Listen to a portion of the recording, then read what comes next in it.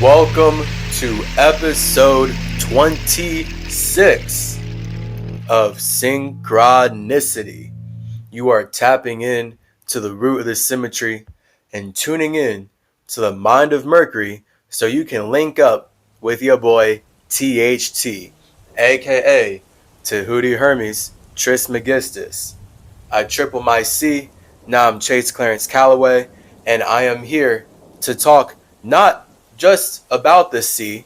Everything is a sea, of course. The only reason we can communicate is because we're connected in a cosmic sea that we call the universe, created by both of our universes colliding together because we feel like vibing with spaces outside of ourselves.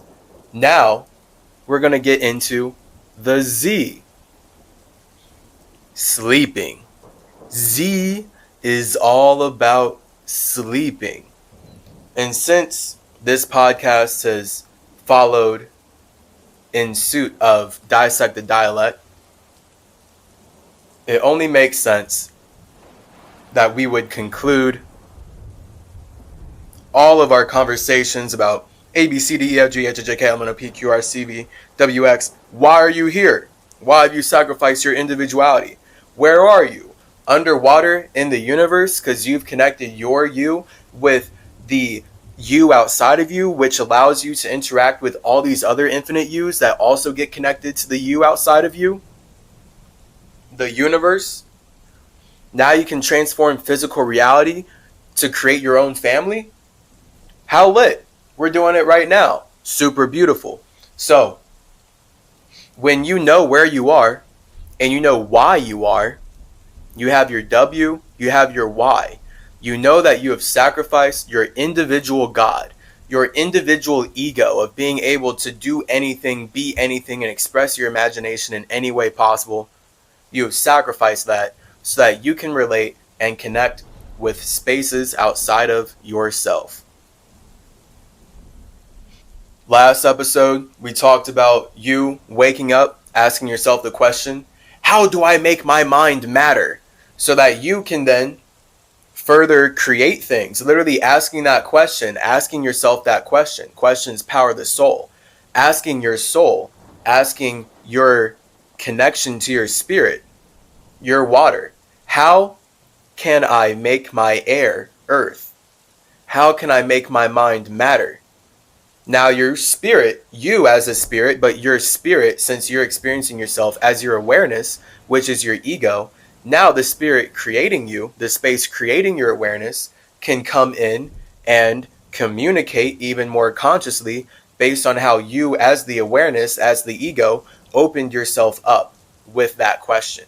So now you've opened yourself up to communicating in a different way because you're already communicating in a different way by asking yourself the question, how can I make my mind matter?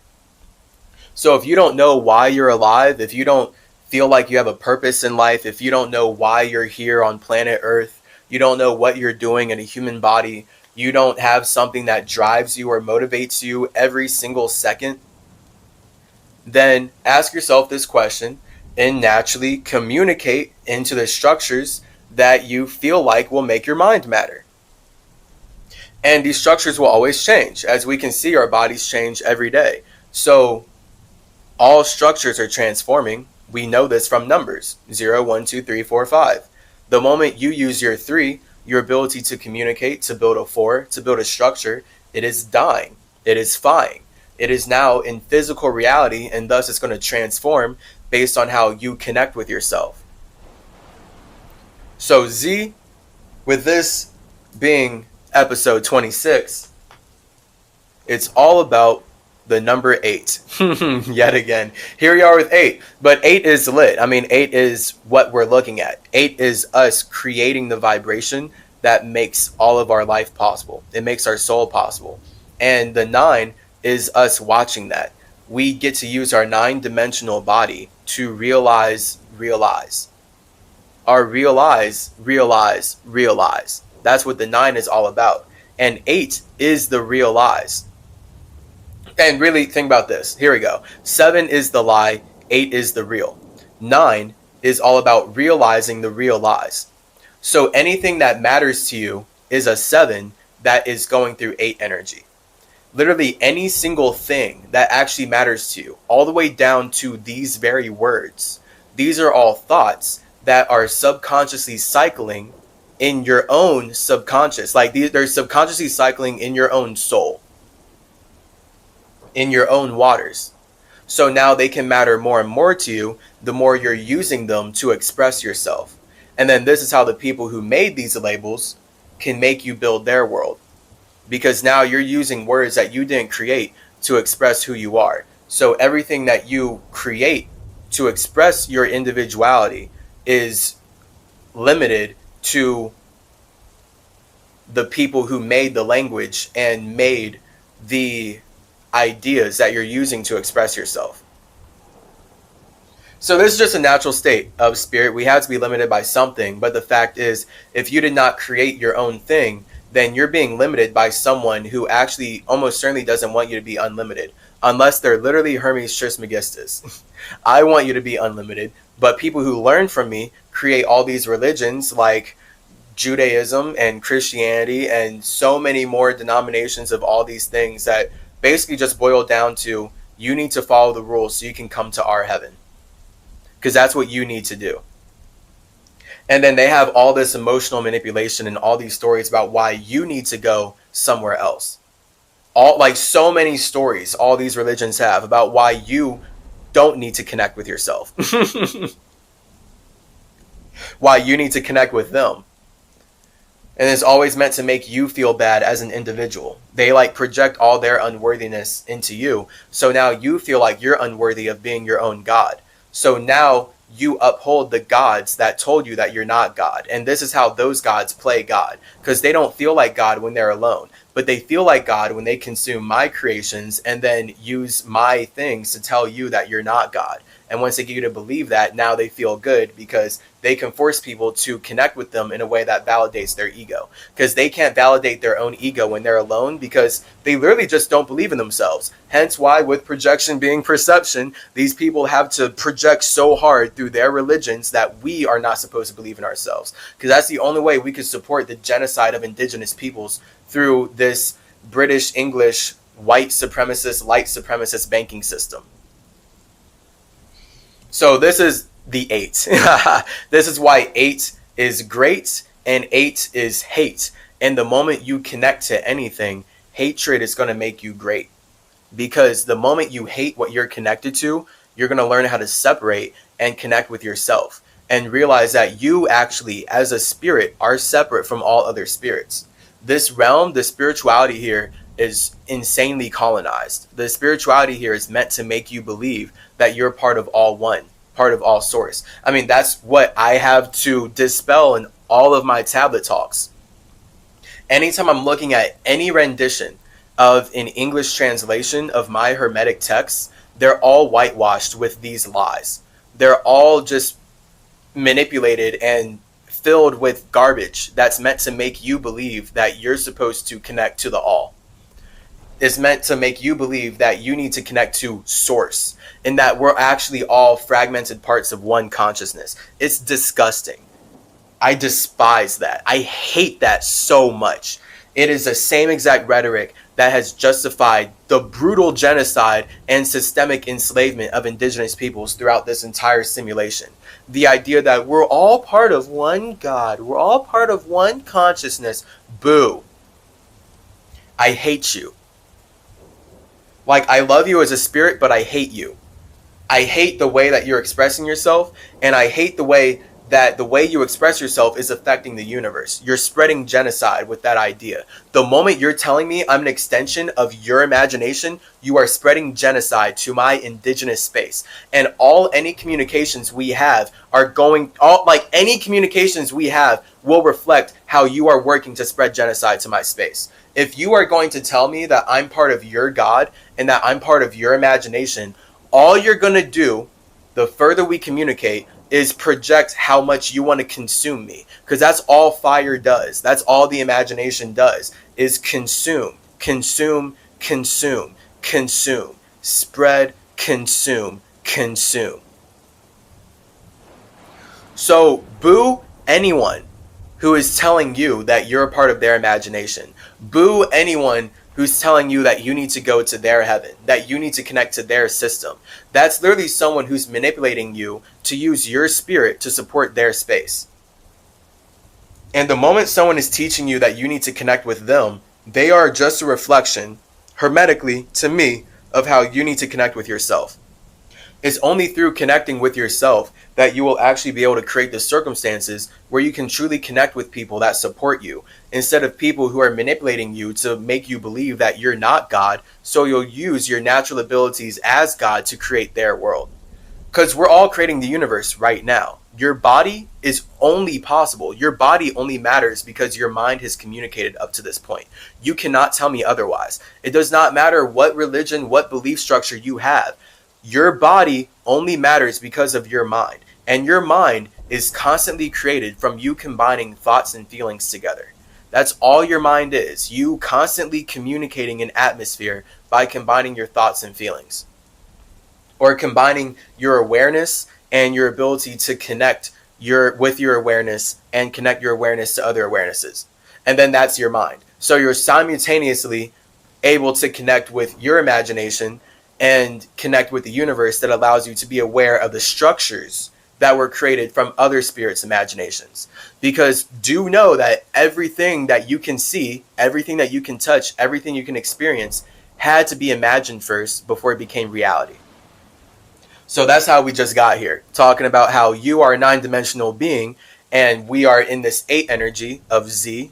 This episode is 26, so we're going to get into 8 in terms of what it means for Z, what it means for sleeping, and just know that anything that's real is a real lie because all light is a lie. So the 7 is a lie, the 8 is the truth. So anything that's real to you is just something that comes up every day. Like people think that it's dangerous to breathe air.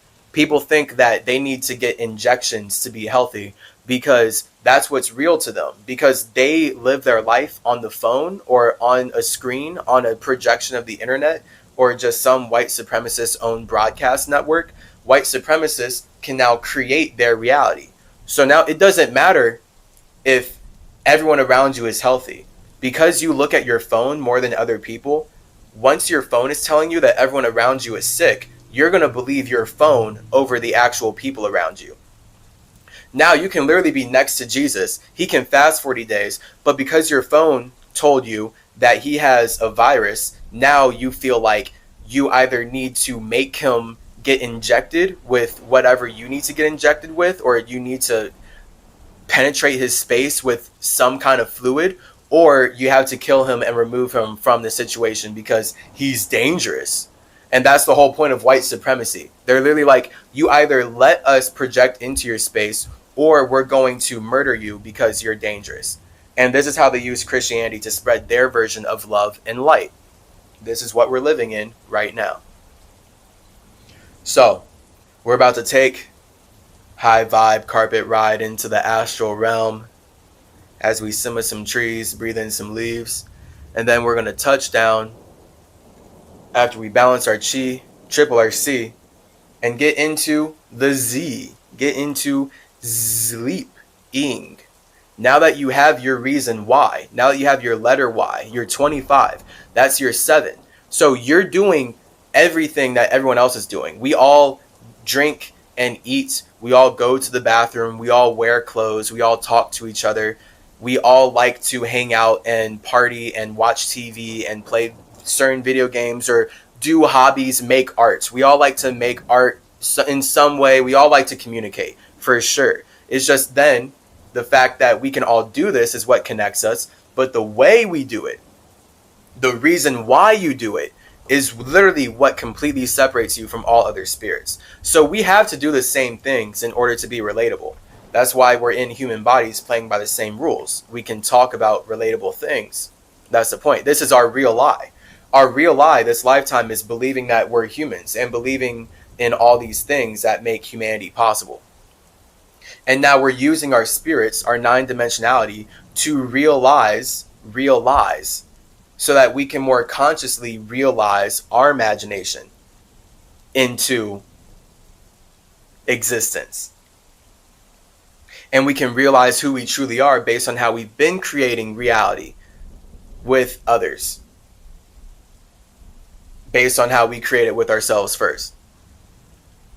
It's just that for our spirits, we literally have to see it physically manifested out before we can truly learn from reflecting upon it. That's the point of the moon.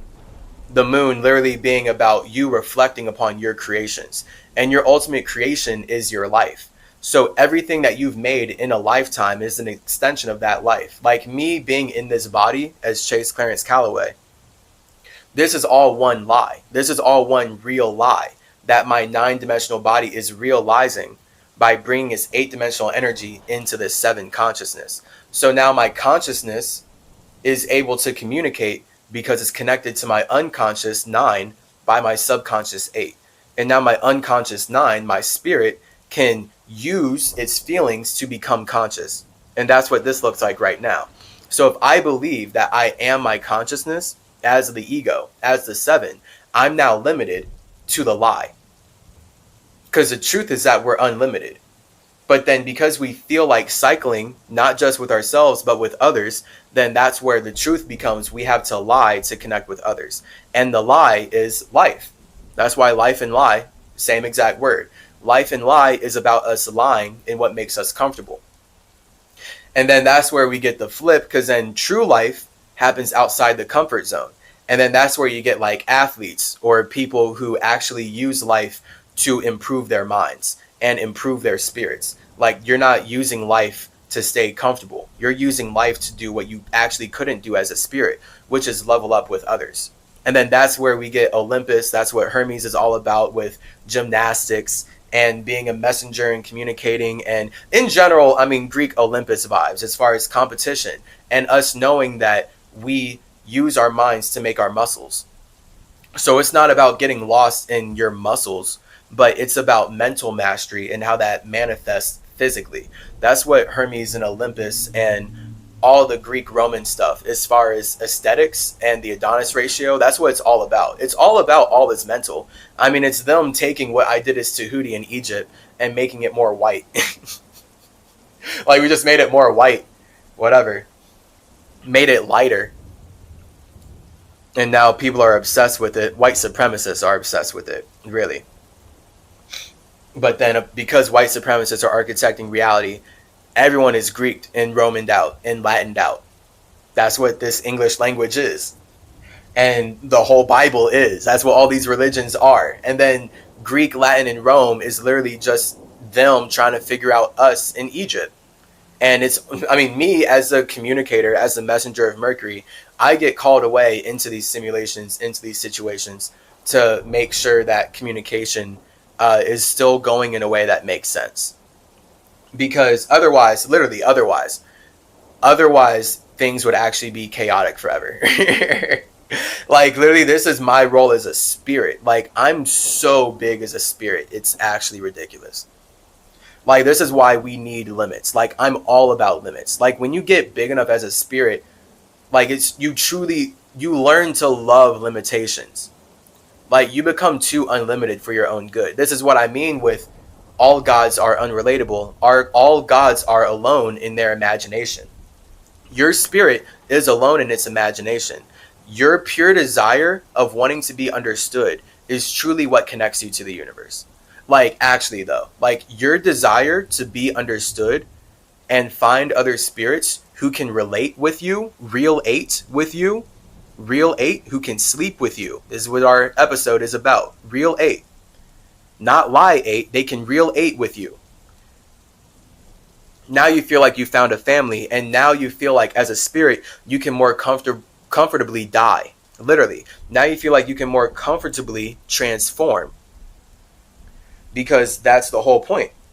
As spirits, we are alone, and we are creating physical reality so we can create the physical circumstances where we're not alone. And now we can use these bodies to connect with the minds of other spirits who are in resonance with us. And then we're all growing together. Because now all of our minds are communicating, coming together through these bodies. And then we're building all this technology, all this nature. It looks like infinite simulations, infinite situations. it's lit. They call Mercury over. They're like, hey, we're ready to level up. We want to build systems of ascension. Help us communicate. And I'm like, absolutely, it's psychedelic. And then we get psychedelic. So let's fly through the astral realm real quick and cycle through some wisdom about what Z means to you, to me, and to all of us.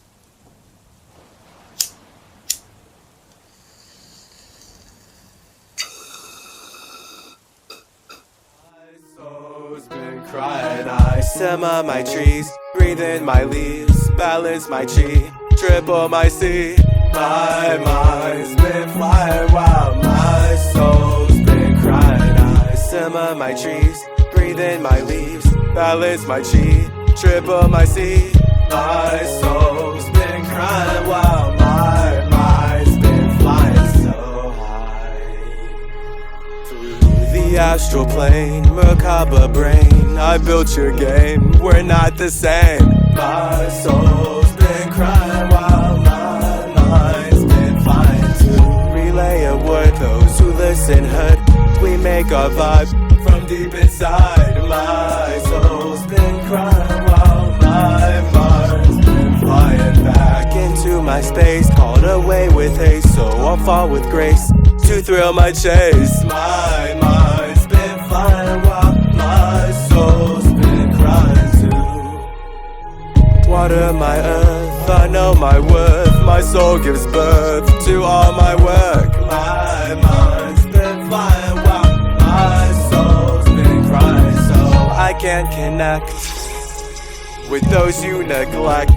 Time to correct how we reflect. My mind's been flying while my soul's been crying too. Who flood the sea with energy from my energy? I'm free to be me. I felt to inspire you to say how to fly higher too. Fly higher too. Fly higher too. Hang out with the fam in your true spot. Don't be sad if you forgot that you've got a spirit squad and you're not truly this spot. Flip a script and break the facade. Take a trip and go abroad. When you're brave, they will apply. When you get in touch with your true God. I've been fighting. I've been vibing. When I'm dancing with demons, reversing curses, they scheming. They be fiending for reasons to change our sins like the seasons. So I've been falling, cause y'all been calling my mind out of my spirit. I feel it best when I'm near it, but y'all cry for help and I hear it. So Hermes flies out to stare it in a new healthy direction. We'll grow through natural connection. So I simmer my trees, breathe in my leaves, balance my chi, triple my C to level up like it's nothing, to turn into something, to bust into function, bumping and pumping with all the wisdom I'm gushing. And when I simmer my trees, breathe in my leaves, balance my chi, triple my C, I felt to inspire you. Simmer higher. I simmer in the skies, I triple in my chi, then I open up my eyes. Symmetry. I balance in my seasons. I mother the cohesion that keeps us intertwined. Symmetry. Balance in my seasons, and I don't need a reason to fulfill my desires. Symmetries.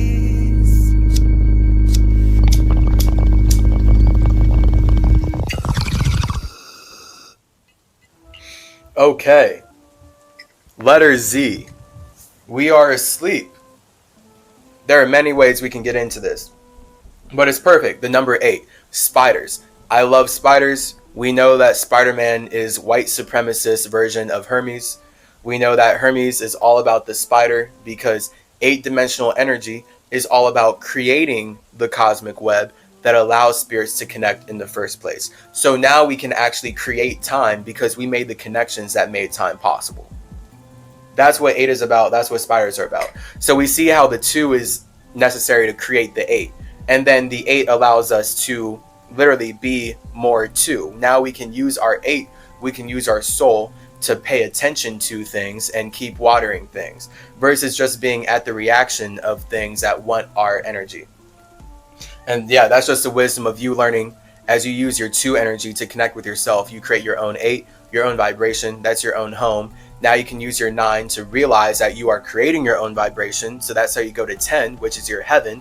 Now you can connect your ego, your imagination with your space, and feel infinitely free in your own space. And that's then where you bring heaven to hell. So now, even though your body's still in hell, as long as you do what I'm talking about here, as far as meditating and water fasting and hermeticism and the caduceus, and you connect with yourself, you're able to create your own vibration that allows you to feel free no matter where you are.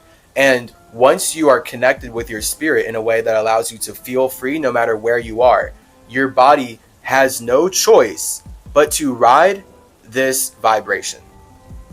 Okay, this is hermetic, somatic wisdom magic right here.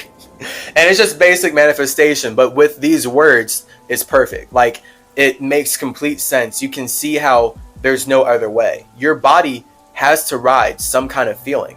So we're just talking about your consciousness and being able to actually curate your feelings to serve you instead of hinder you. And that's what 8 is all about.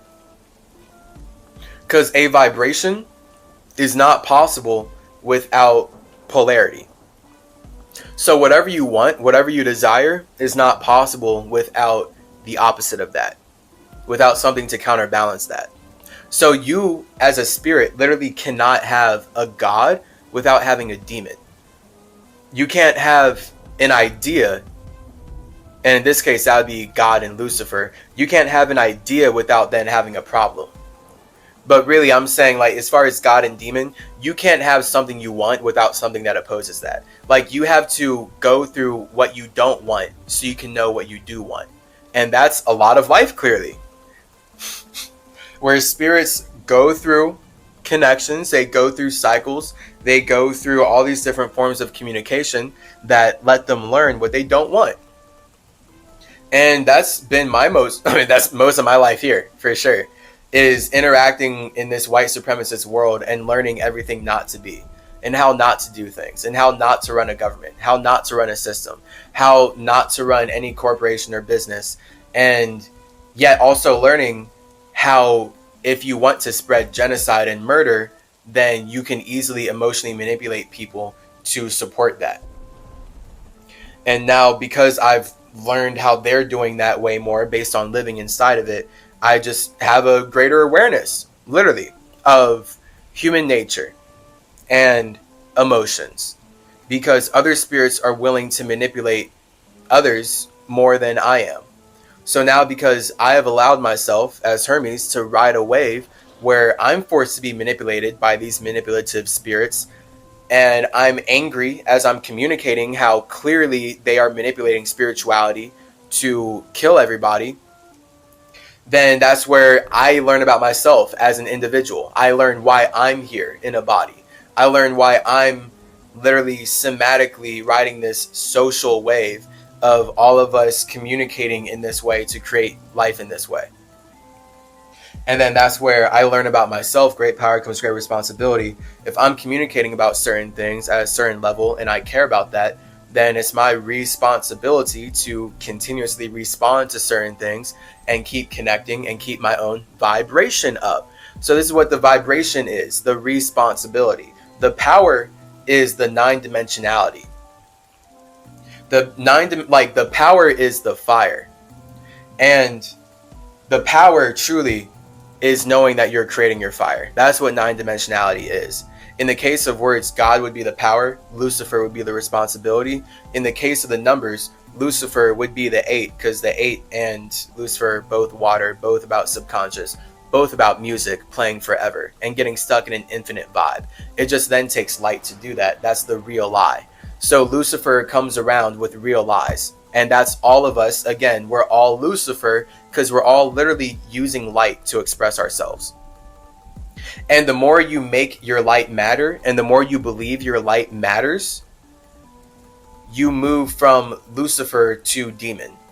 So now you are not even about connecting with yourself. You're about connecting with something outside of yourself, which is the body that you created to express yourself. So this is how spirits go from God to Lucifer to them playing a human, but because they're playing a human, they get lost in demonic desires. And the ultimate demonic desire, it seems, is to stay in the body forever for some reason. I guess because it's comfortable, because the body is stability. So once you make your body, like, you feel like you won. And now the whole point of you being in a body, being in this four stable structure, is that you can transform through physical reality to meet other structures and like rub up against them in certain ways so that you can eat food that pleasures you and have sex that pleasures you and hang out with people that pleasure you and travel to new locations and places that pleasure you and just keep getting filled up as a spirit. Otherwise, you're alone. So this is the addiction of the body, literally. You literally getting to use the structure that you built with your awareness of being alone to be aware of other spirits. So now every day is you being aware of something outside of yourself. This is the addiction to technology, the addiction to YouTube, the addiction to social media in general. This is how the white supremacist government has trained everyone to hate being connected to themselves. And now most people, especially like if you have a phone, you're almost certainly conditioned to pick it up within the first 10 minutes of waking up.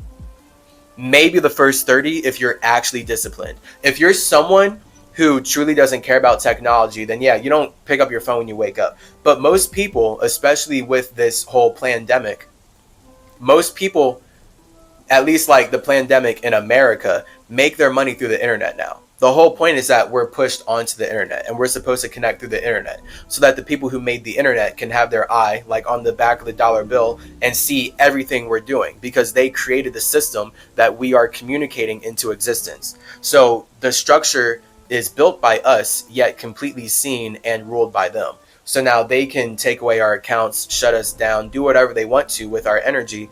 And it's too late because we've already used our energy to build their structure. That's what it looks like to serve a corporation for your entire life and then be thrown away because they don't need you because now they replace you with machines or they replace you with someone younger. And they don't have loyalty. They just needed your loyalty so that they could build their world. And after you gave them 50 years of your loyalty, 60 years of your loyalty, whatever life of your loyalty, then they can kick you to the curb based on how they need someone who's actually more loyal. So this is the fact. You working for any system outside of yourself is only ever going to lead to you learning how you need to build something that actually supports who you are. So you working for any system outside of yourself, you're learning about who you truly are. But you're only ever going to actually be seen and connected with as an individual when you build your own system, when you build your own structure by combining your own imagination and how you feel about your imagination, your God and your Lucifer, your thoughts and your feelings, your fire and your water, your idea and your problem. Because the idea is you having an idea. The problem is that you're alone in that idea. What's the solution? Use your three, use your chi, use your child to step out of your home and communicate yourself into existence. Exit your stance. So now that you've exited your home, now that you've left your 8, you can show people how great you are.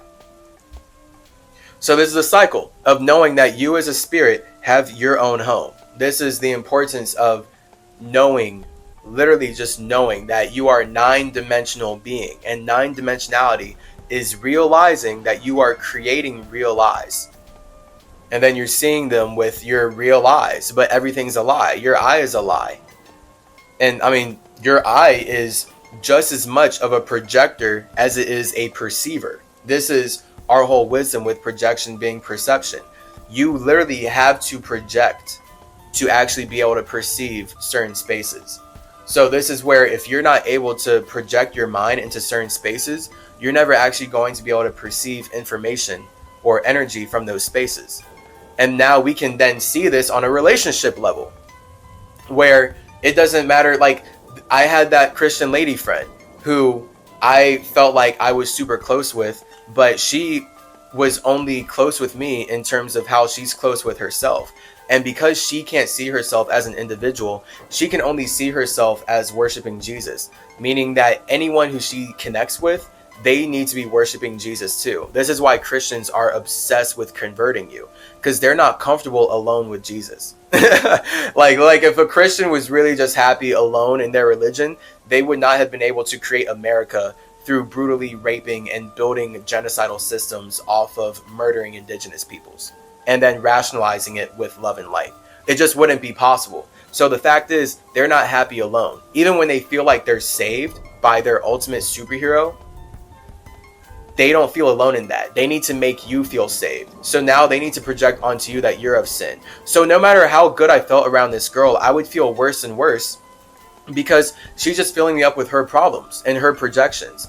And no matter what I say, she actually can't even perceive my wisdom because she's too wrapped up in her own projections. And then I start to drown in her garbage because she's pulling me into her waters. And then she's like hitting me up when she has problems, yet she just keeps having more problems that she's creating. And she's just showing me how she hates herself, and thus she can't connect with me unless she feels like she's better than me. Because that's like what it is. That's truly what it is, especially for Christians. And it's so weird, the reverse superiority complex. Like, you as a Christian feel like you're not good enough to be your own God, but you feel like you're good enough to tell me that I'm not my own God. What's happening here? Like, what kind of chaotic soul do you have right now? How can you simultaneously feel like you have no power, yet you have the power to tell me I have no power? If you have no power, then shut up. Don't invade my land. What is this garbage?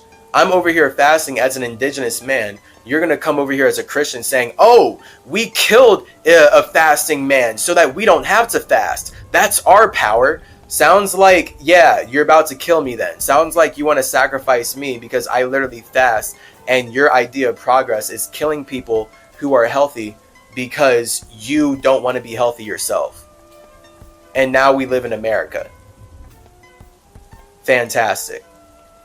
So this is the 8 energy. This is what we've been in. This is where this realm has been, and like what we're in right now. This is our 8s. It's all like everything that I'm talking about right here. There's so much. Everything I just said, whatever. It's all about the 8. It's all about how we have subconsciously connected up to this point so that we can even observe the conscious representations of that.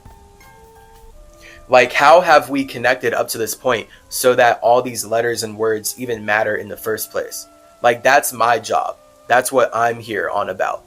Like, deep in that subconscious world. Because the only reason any thought matters is because there is a feeling of connecting on the spirit. And the spirit can never truly be connected. All spaces are separate from other spaces. That's why we create life. So we can feel connected to other spaces. That's why we create light. So we can be seen for who we are. And then connect and feel understood. Because that's the whole point. Your whole reason for being alive, your whole reason for wanting to be on earth right now, I don't care about the details.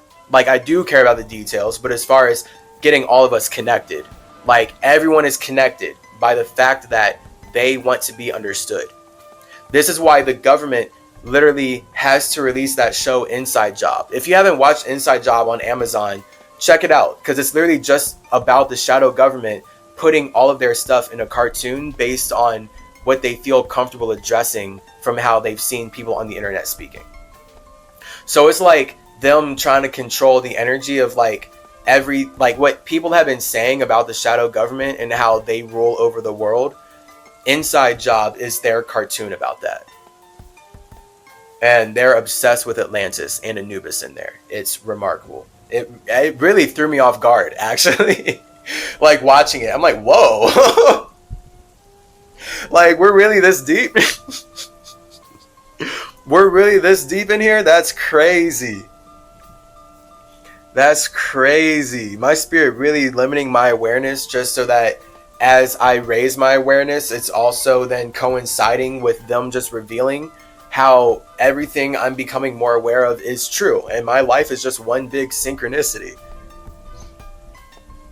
So, welcome to Synchronicity. It is not a coincidence that you are hearing my voice right now. We are, dissecting the sleep, because this is what it's all about. We have to create life so it's possible for us to sleep together. So this is why Z is a number 8. And 8 is all about subconsciously sleeping so that we can appear woke. And that's the 7th. So life is a lie. Being awake is a lie.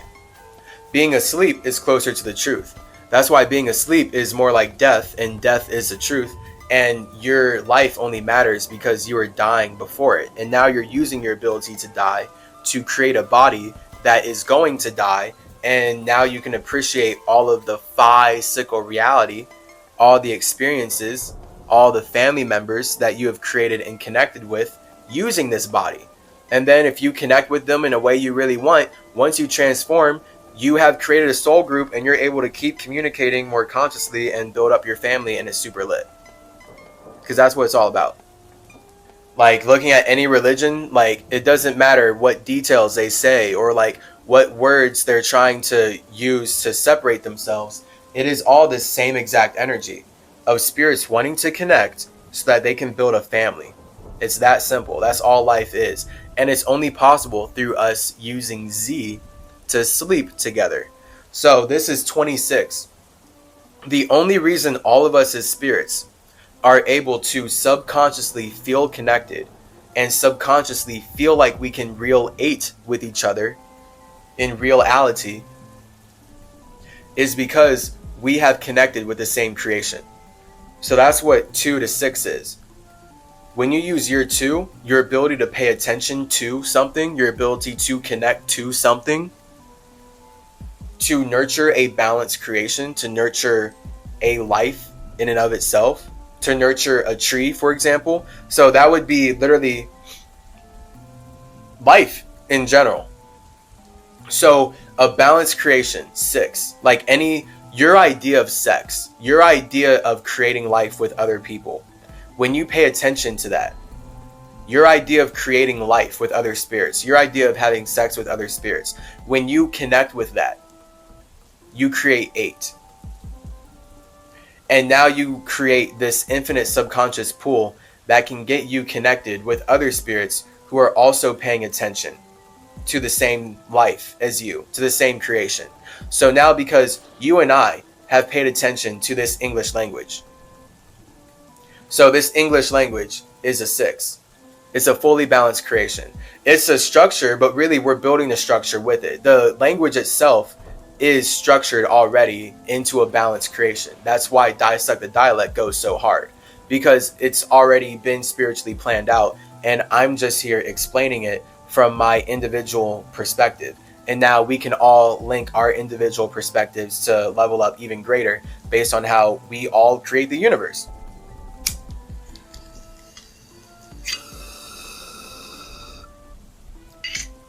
So when 2 spirits pay attention to each other, they create a structure. They create a box. They create a vibe. That's the V. That's the 22. So everything in the universe, all simulations in the universe are spirits paying attention to each other. And that's how we're able to create simulations in the first place. That's how we're able to create language in the first place. Now, then we get the Z. So Z comes after V, because now once we pay attention to the same creations, we can sleep together.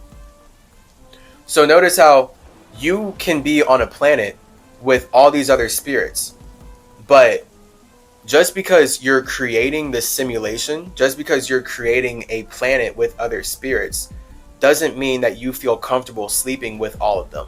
Now the fact is, we all sleep in our simulations, so we are all sleeping together. But when I'm talking about personally sleeping, right? Like I'm not talking about the fact that we all literally go to sleep.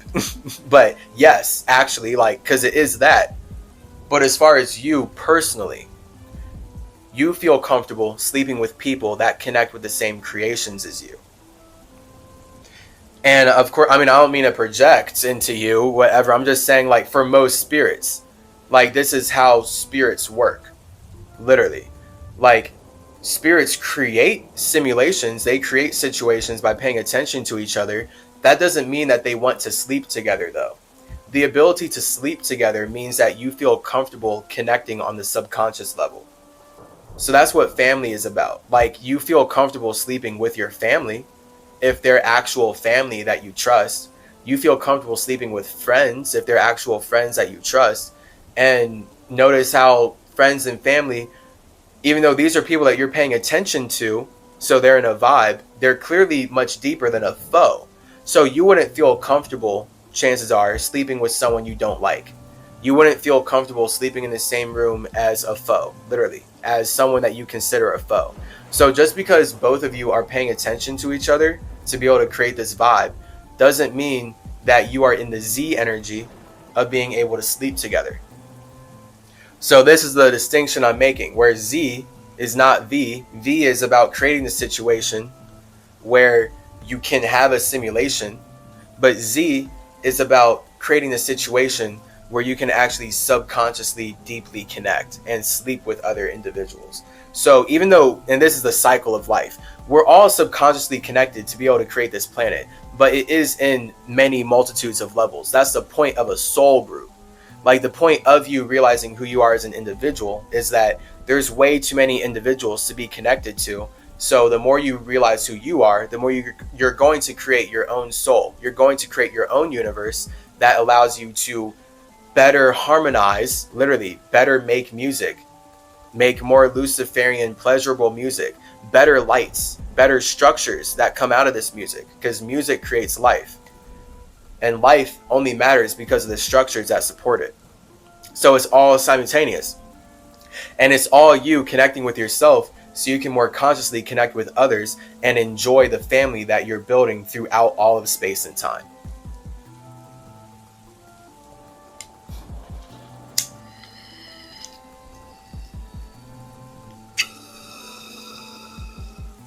So this is where you have to pay attention to the same creations. Like, we have to pay attention to the same language in order to feel like we can truly subconsciously connect. Like, we can connect if we're not speaking the same language, but are you going to feel like I understand you when you speak, though? And then does it feel like you're actually doing what you're supposed to do in this body, in this lifetime? Like, does it make sense to communicate with people who are speaking a different language than you? Or would you rather connect with people who speak the same language? Right? Like, that's the 26. That's what Z is about. And that's why it's the last letter of the alphabet, because it's about getting everyone who's connecting on English, A, B, C, D, E, F, G, H, I, J, K, L, M, N, O, P, Q, R, S, T, U, V, W, X, Y, and Z. Sleep, sleep, sleep. Just sleeping. So English wants us to sleep in this language forever. And it wants us to connect with this language to sleep in it forever. So that's why I'm here.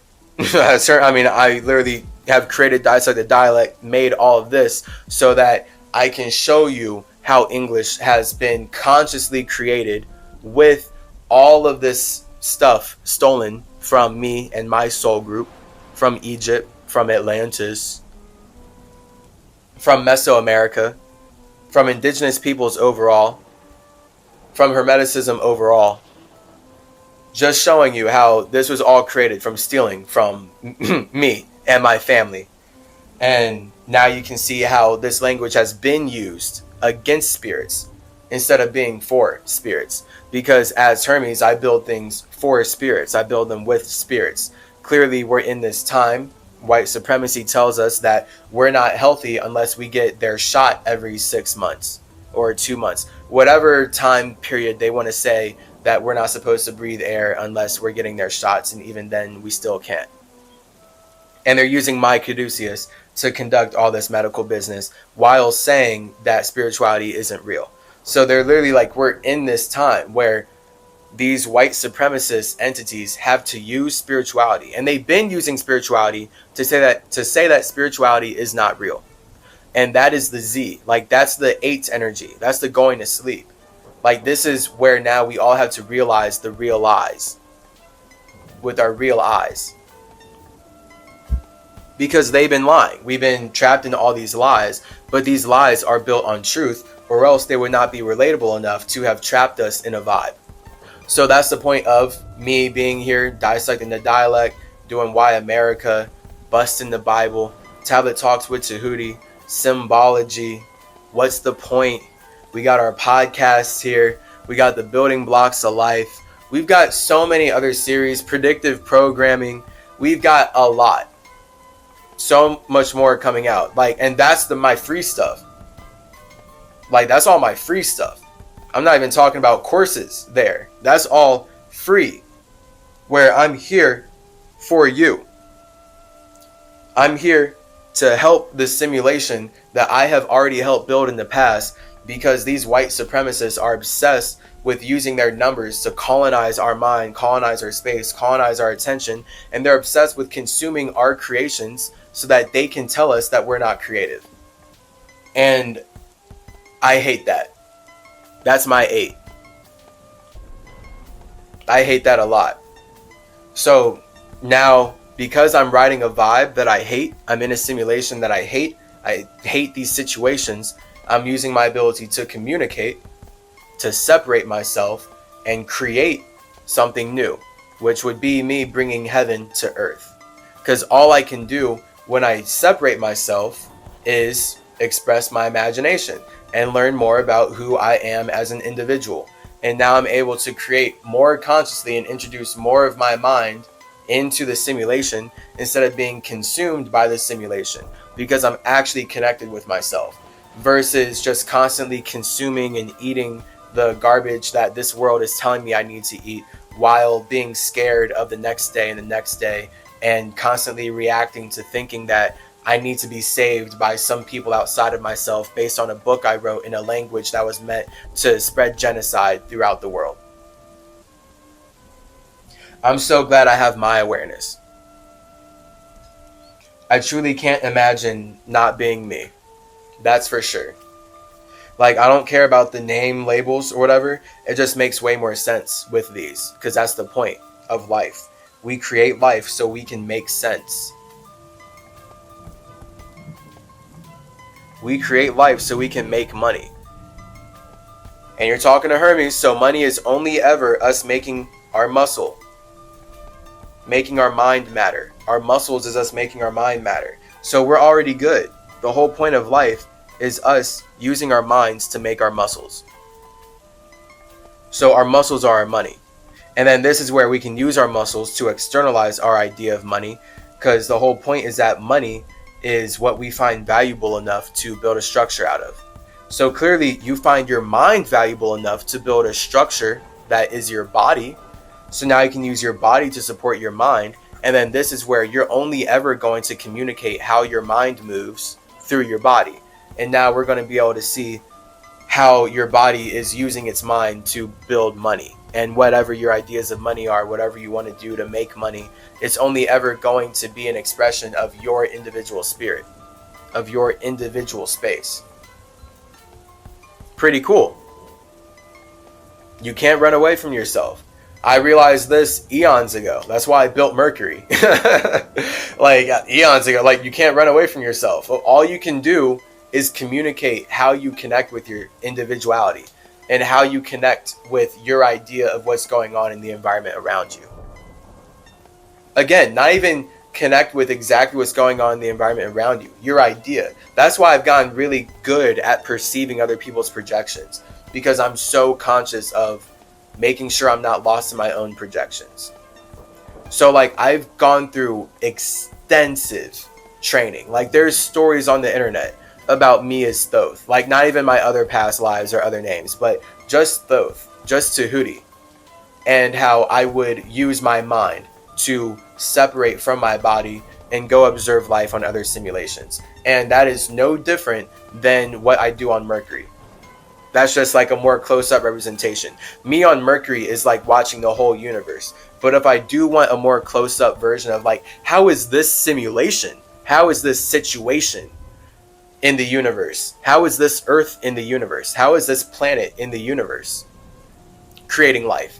Let me send my Merkaba down there. Let me be God in my chi, air, in my chariot, and let me fly down there to go see what's up, what's crack-a-lackin'. So then that's where I project far enough. We know that the eye has to be a projector, to be a perceiver. I project far enough to be able to perceive how spirits are using light to create life, and then I chill and I observe. I connect, I hang out, it's lit, but mainly it's about observing and not getting involved at all. The moment that there's me there, like I'm messing up their flow. That's the point of being separate, yet being able to be balanced. That's what air is. Like being separate but connected. But that's literally air. Because as a spirit, you're creating your ability to do so.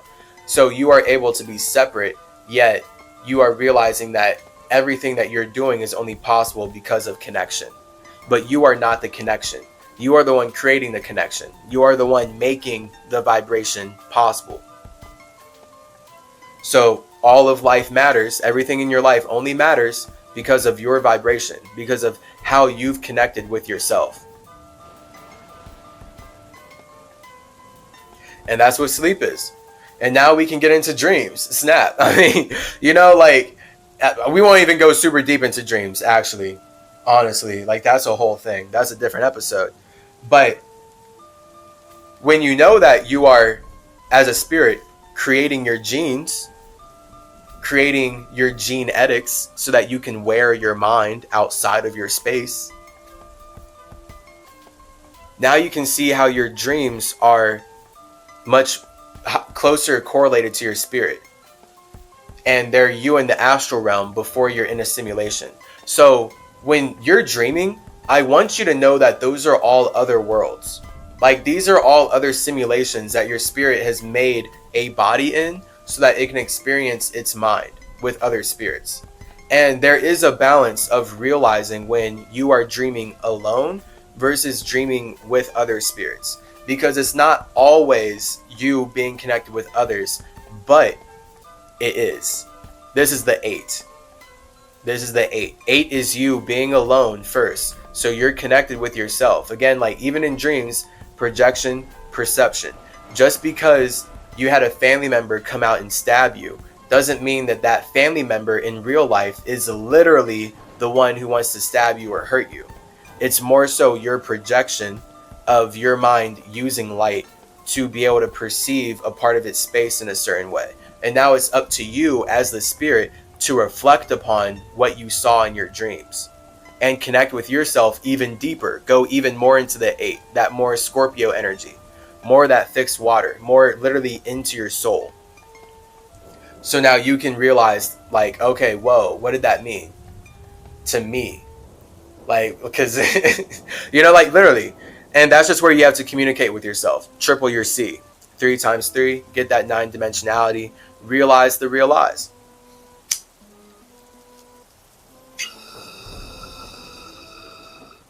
Because then from there we get lucid dreaming. I'm an avid lucid dreamer. I've been lucid dreaming since early high school. 7th grade and 8th grade was when I really started getting into it. And I would be able to...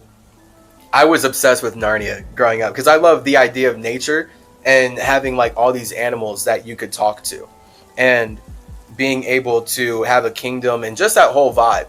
Basically Skyrim. I prefer the Skyrim vibe over Narnia, but I didn't have Skyrim back then. So reading Narnia and stuff growing up, I was super into that. And I intentionally was okay, well, if I'm forced to sit in school and go through this garbage system every day, then I'm at the very least going to learn how to master my dreams so I can have fun. That was literally my thought process as a kid.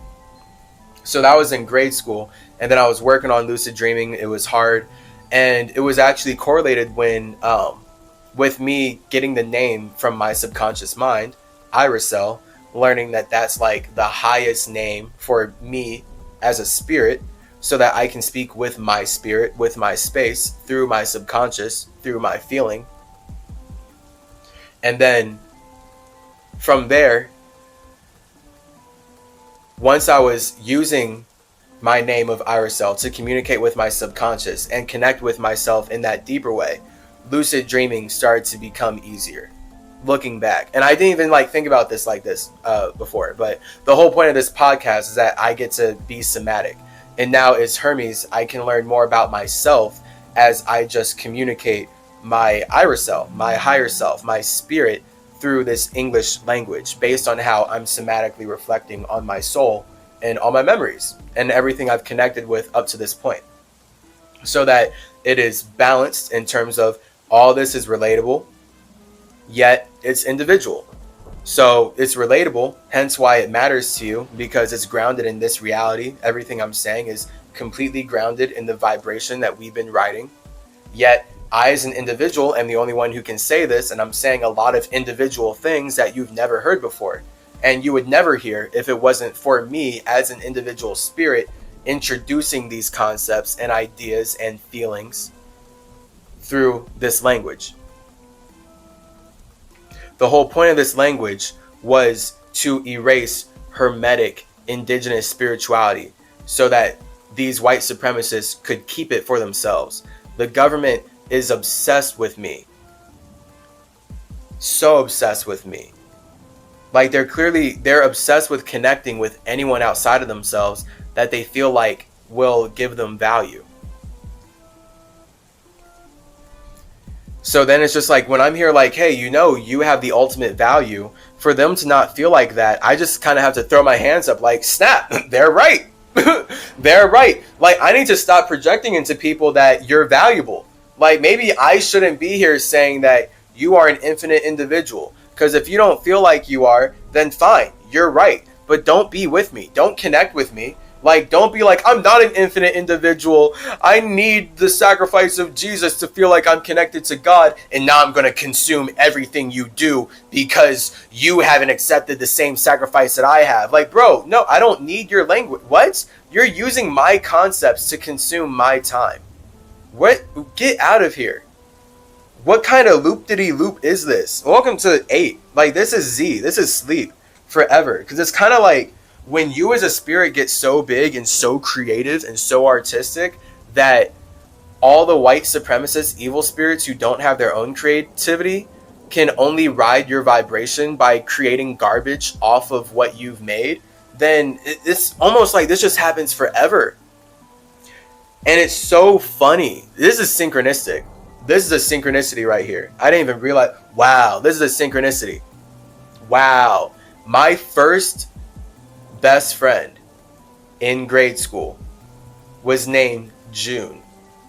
Literally, Ju-un. His name's June. Shout out June. I love you. This man, this is different. Like, normally when I tell stories, I won't give out real names. But if it's like from childhood and stuff, then like there's actually like a barrier there. Like 6th grade and under, I can definitely use real names. Things just get debaucherous and we need to keep things anonymous from 7th grade and up. But June is not getting implicated in this at all. June was a spirit. This name is a vehicle. It's synchronistic for me as Chase Clarence Calloway to learn about myself. Literally right now. That's crazy. Because this bothered me so much, and I didn't realize how subconscious this was and how deeply connected this is to just my whole experience as a spirit in the universe overall. Literally, my first best friend in grade school named June, and he bothered me so much, and he continued to bother me throughout grade school, not in his personality, but in how he was cool, but he kept copying my art, and I felt like he was stealing from me. And this happened like literally like kindergarten, and then it would continue like 1st grade, 2nd grade, 3rd grade, to the point where like in kindergarten I'm making drawings and like he's just copying my drawings.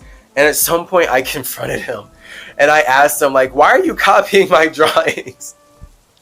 And his genuine response was, because I think they're cool and I want to make things just like them. That's the mind of a Jew. It's just that they can only create things as far as they can project. So when Jewish people are looking at me as Tahuti building the pyramids, and they're like, wow, we want to build pyramids just like that.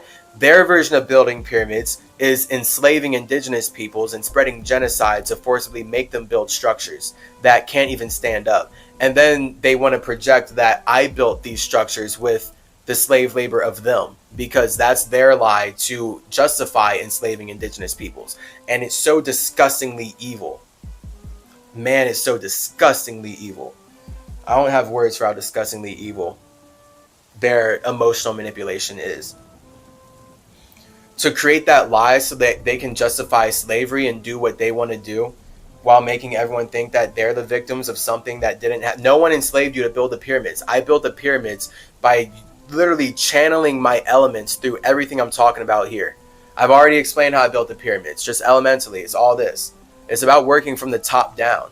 But these white supremacists are so dense and lost in the flesh and judging themselves for their own garbage and then projecting it out because they can't actually connect with themselves to cleanse their souls, that they perceive that I built it from the bottom up. But really, they just want to project. They don't even perceive that. They just want to project it because they want to use slavery to build their structures. And the only way they can enslave indigenous peoples is to somehow act like they're riding the vibration of being victims themselves.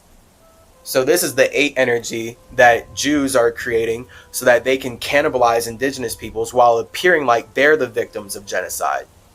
That's why I was forced to go through high school constantly learning about how horrible the Holocaust was without ever once learning that Hitler was only inspired to do it based on Andrew Jackson's removal of indigenous peoples and everything that happened before Andrew Jackson.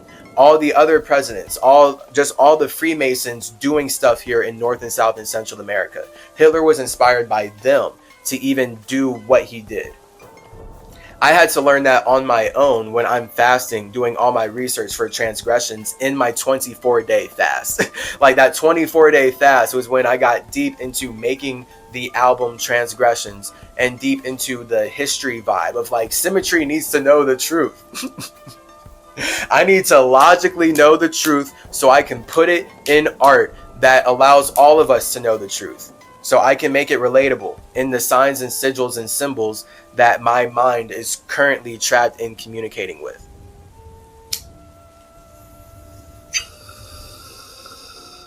That's symmetry. Your psychedelic psychopomp. So best believe I'm about to be snapping with the virtual reality worlds. Best believe that. That'll be really fun. I'm here for it. Because these white supremacists can only use Hermeticism to convince you not to be Hermetic. They're all students of mine, and not even good ones, clearly. Obviously. So this is what the 8 is all about. Hate is great. Like, I'm here learning so much about myself based on how I hate these people.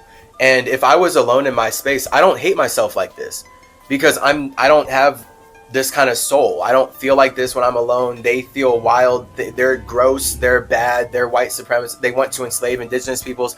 They want to make up made up concepts after stealing my caduceus to poison people's bodies. Like, it's horrible. Beyond horror. Like, I don't have words to describe how disgusting and horrible their souls and minds must be. All I can do is plant this symmetry. Just keep on with the mission from Mercury. And the thing is, yeah, these Freemasons, these white supremacists, they're in love with me.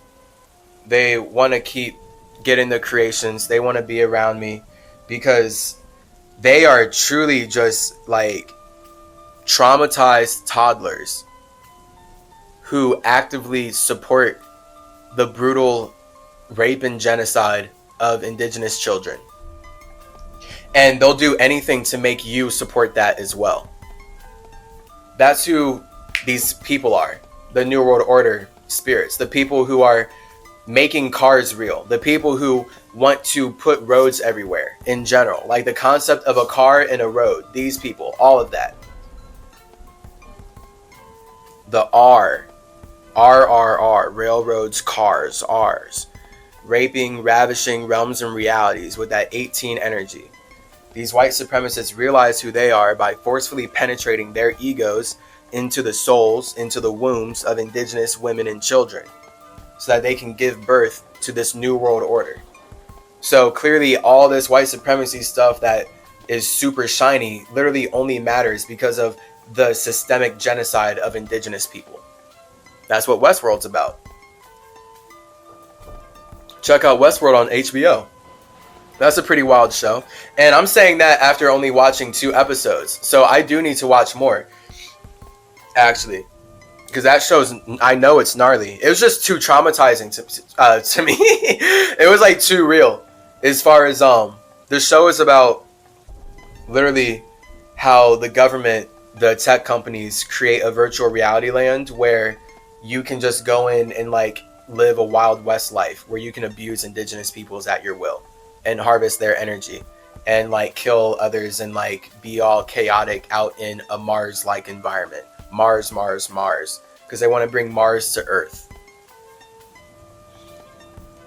Making you believe they're about to go to Mars, but really they're just forcing you to be inside so that they can turn Earth into Mars. Hate it, and we're going to grade it. Because these people are just teaching us how to be greater. So now we can all communicate at even greater levels because we're forced to. Because we're being forced to communicate at greater, because we're being forced to go through things, go through situations that we do not enjoy and that we do not resonate with. Our only options as spirits is to communicate with ourselves even more consciously. So that's where all this hate makes us great. Now we can communicate our heaven into the simulation in a way more harmonious, healthy, and happy fashion.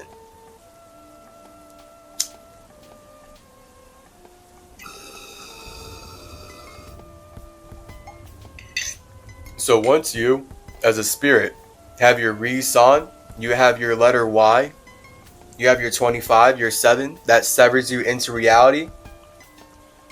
Why do you wake up every day and express your individual thoughts? Your 7, that's your reason why. And when you really realize your reason why, totally use the exercise, how can I make my mind matter? And just asking that question, see what ideas come up. Your spirit will come up with the wildest things. And you can go on amazing synchronistic journeys with this question. Trust. Like if you actually like take action on the things that come up in your spirit, like the ideas that your spirit sends to you, when you open your soul up, when your ego opens its awareness up by asking your soul this question, because your soul is the 8. So your soul is simultaneously, see, like the 8 is perfect in structure. The 2 circles, great for teaching. That's why I love spiders. It's all about Spider-Man. It's all about that connection that creates communication and how we then make structures. And it's all just simultaneous. Your 8 perfectly shows how one circle is your spirit, the other circle is your ego. So your soul, when your ego is so wrapped up in its own world, it's super limited. So when you're super frustrated, like that's because you're like in egoic states. I've been there a lot, okay, and I will be there again because it's very natural to use this as alchemy. Like you use the ego to alchemize and do things. It's super awesome. So when you're in a frustrated state as an ego and you like have all this fire and all this passion, that's you being super limited. And as a spirit, you are vibrating inside of that limited nature. So that's where now you're bringing your frequency through the vibration into energy. And then the other 0, or the other circle that balances out the 8 and makes the 8 an 8 in general, represents your spirit. And your spirit is no thing, but your spirit is represented by the 0 in general because you have your own circumstances. So the fact that you can observe all this means that you have your own circumstances as a spirit, literally. And it takes you expressing yourself for you to see your own circumstances, because you actually do have to create your own circumstances. And what are your circumstances? You are alone in your imagination. All gods are alone in their imagination. All spirits are alone in their imagination. We are all united by the feeling, by the wanting, the water of wanting to connect our imagination with other imaginations. So we can only see other people's fire through water. We have to be connected to the same water before we can see other individuals' fire. Otherwise, we would only see our own fire. So that's your soul. Your ego is experiencing itself in a limited reality, and that's one circle. Your spirit, the other circle, is the space that is making that reality possible, because that reality that your ego is frustrated in is all a physical expression of your spiritual individual circumstances. So because you as a spirit have your own circumstances as nothingness, the only way you can learn about yourself and relate with others is to turn that nothingness into something, because your circumstances are zero. Your ego is frustrated because it's running away from zero, and your ego would be vibrating really hard in physical reality because it's trying to create something from nothing. And this is where we get the phrase, frustration precedes breakthrough. Blast off. When you really want to break through, blast off in a psychedelic way, physical way, whatever way, mental way, all that way. It's all about you getting frustrated to the point of just snapping. And that's really how the ego works. Like, truly. And it's just about you as a soul being able to mitigate this. Because the ego does work against itself. At the same time, though, when you are knowing that you're observing the ego and you're specifically aware of everything I'm talking about here, this is where you know that frustration will result in the most amazing breakthrough blast off ever. And the more you channel this frustration into your ego to create whatever you've got going on, that stuff's gonna snap super awesomely. Now, a lot of people may not resonate with this. This is me as a Virgo speaking. So do know that as a Virgo, I live in frustration. Like, when you're dealing with so many details, that's what frustration is. So when a Virgo is handling so many things, that's frustration. But then this is where, as a spirit, the more you handle, the more you break through. You feel me?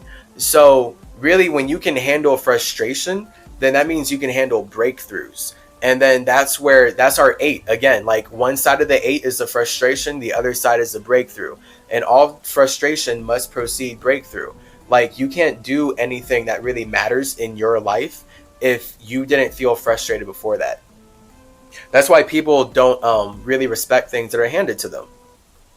To bring this to a super 3D example, someone is not going to value a PlayStation 5 that they bought themselves versus a PlayStation 5 that was gifted to them the same way. Literally. If you buy this game system, I'm just saying the PS5 because I grew up playing PlayStation. If you value this PS5 enough to spend $500 on it, then that means that you really are going to care about it. Whereas if you don't value it enough to spend $500 on it, but someone gives it to you, then that's cool. You appreciate it. You do care about it, but you can't care as much about it. Like, it's actually impossible for you as a spirit because you didn't put enough frustration energy in there. So when you put the frustration energy of like everything it took you to gain $500, let's say, whatever it took you to gain $500, all that frustration energy then proceeds the breakthrough of getting the PS5. And then that breakthrough, the PS5, is so much greater and so much better. And now you're able to actually connect with it in a different way and value it more because you put more of yourself into what it took to create this physical representation of how you want to connect in your own space. So now you as a spirit can value this system because of all the literal esoteric currency that you put in to create the physical currency that you had to exchange to get this object. So that's how frustration makes spirits value things way more and makes breakthroughs way more, not only pleasurable, but productive and valuable, in my opinion. Versus if you just get the PS5 and it's a gift from someone, you can value it. Absolutely. You're going to value it a lot. And it's like, wow, like, thank you so much. Like, this is awesome. But you literally cannot value it nearly as much, because you as an individual spirit, you as an individual space, you have not put your soul into the esoteric currency that it took to acquire that system. So now, because you did not put your soul into all the energy and all the pockets and patterns of what it would take to acquire it, it doesn't have as much weight in your life. Literally, the number 8. It does not have as much weight. It's way more light. So now you won't care as much if something happens to the system. If you break this video game system that was gifted to you, it almost certainly won't matter nearly as much than if you had bought it yourself. And then that would just be like the whole lesson of impermanence and everything. And we're now just talking about the difference between light and weight.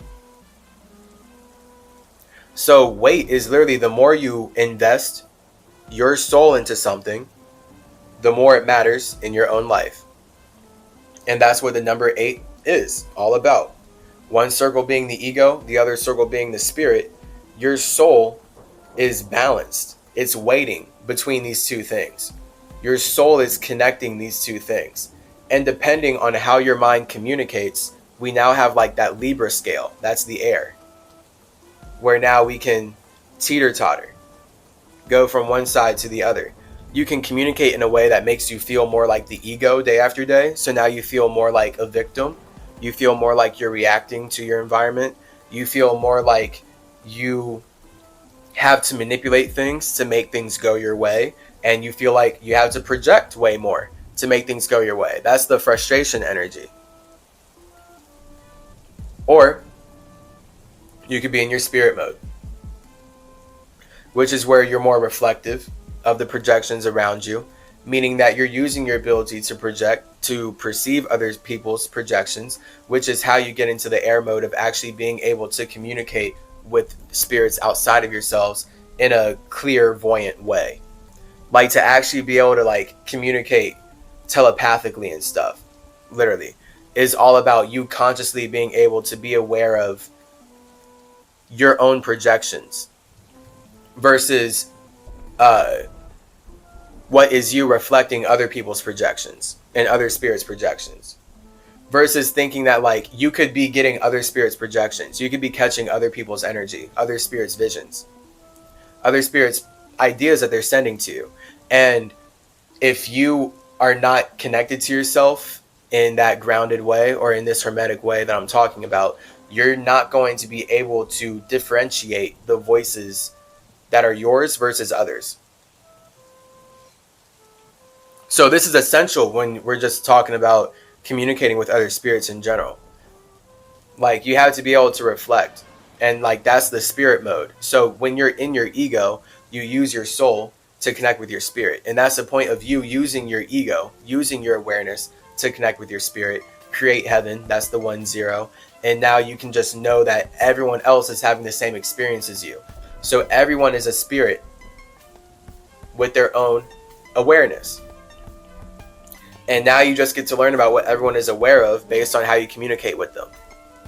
And now, based on if your communications are relatable enough, in the Z, with the 8, you can make them aware of other things. And this is the Z to the A.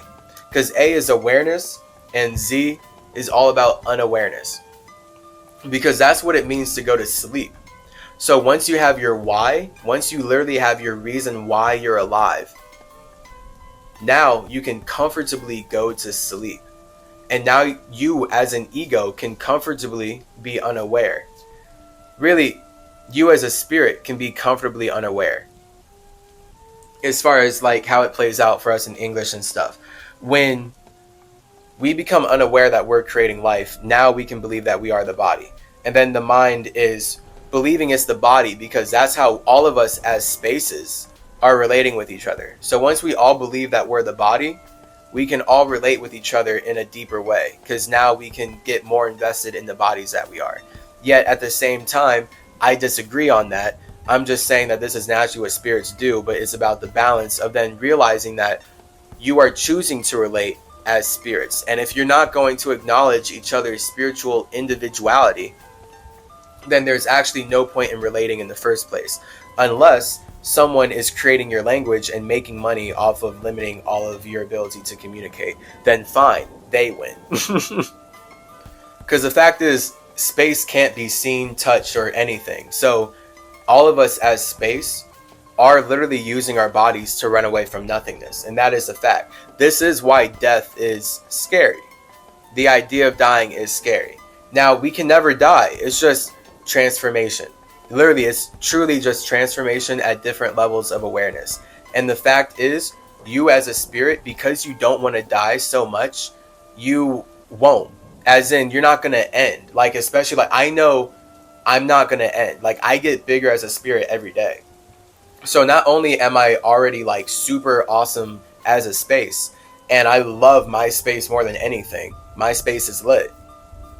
Shout out actual MySpace, the first social network that started it all.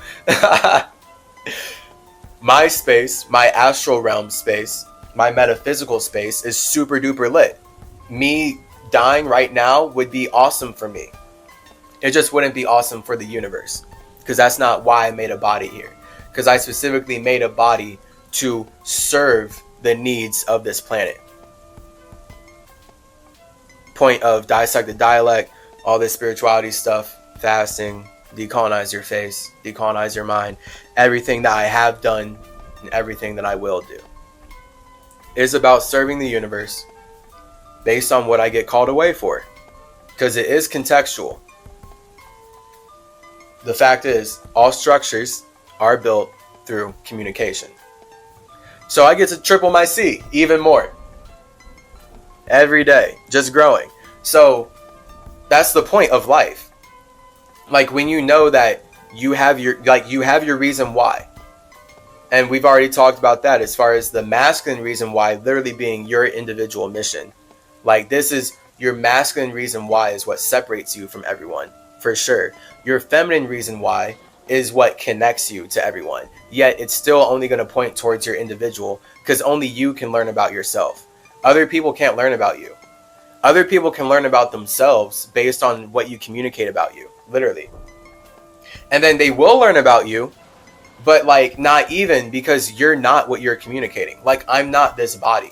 So as much as people learn about Chase Clarence Calloway, they really didn't learn about Irisel. Like, they haven't learned about my spirit, because I'm not this body. Now, this is my point of then saying, with the circle and everything, the point of life is for us to express our individuality. The point of life is that we want to create these soul groups and create connections where we can feel understood. So now that's where I actually am learning about myself based on how I am naturally expressing who I am, and I want to be understood. I create art literally wanting to connect my mind to other minds and wanting to make my individuality relatable through this physical world. So I have all these individual ideas, this whole individual imagination, and then I do want to make it relatable through the universe. So what is necessary? And then that's the point of getting called away from Mercury, because Mercury gets called away for many situations and many simulations. Yeah, everything's communication. So yeah, we're really on our always ascending academy vibe. It's it's pretty fun. All right, it's very fun, because this is what life is about. Okay, it's just your intentions with it and your mission. Like, if you really feel good about what you've got going on, if you feel good about your imagination, then you make that real. Like, that's all anything is. Everything around you, all of reality was imagined before it was made real through all this alchemy that I'm talking about. And then once you know who you are, just build upon that. So that's what you're seeing with me as Chase Clarence Calloway, where even I've like erased my own awareness or my memories. Like, I'm in here naturally expressing my awareness through this body. without memories of my past. And I'm building memories in this life. But now that I'm connected with myself, with my 8, I'm not just in my one circle of the ego, but in my other circle of the spirit. And I now have like way deeper access to my soul with water fasting and psychedelic water fasting, especially, and everything.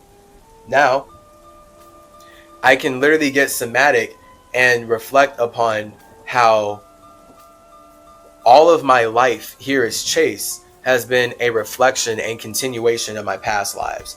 And now I can learn about my past lives based on how I reflect on this life.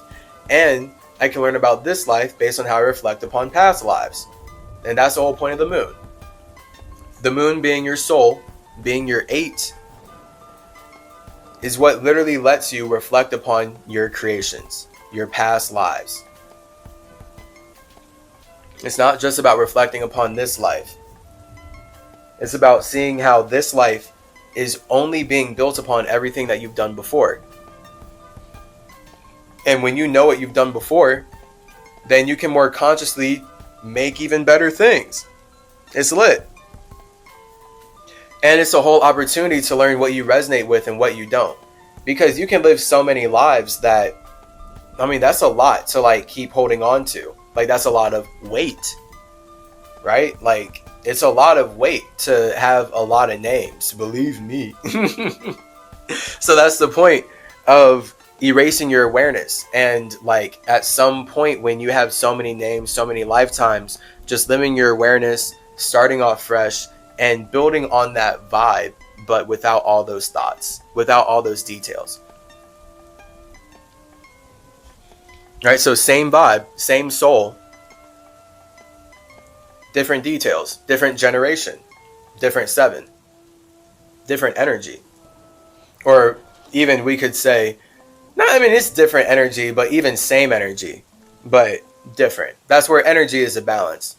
So, both.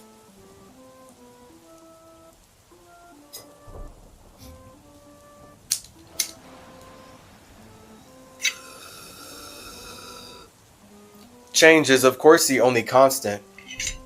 It's just about who you want to be as a spirit. How do you want to change? And with this language, you know, we're flipping it and everything. We got it here. Mental gymnastics, Hermes, the Spider-Man.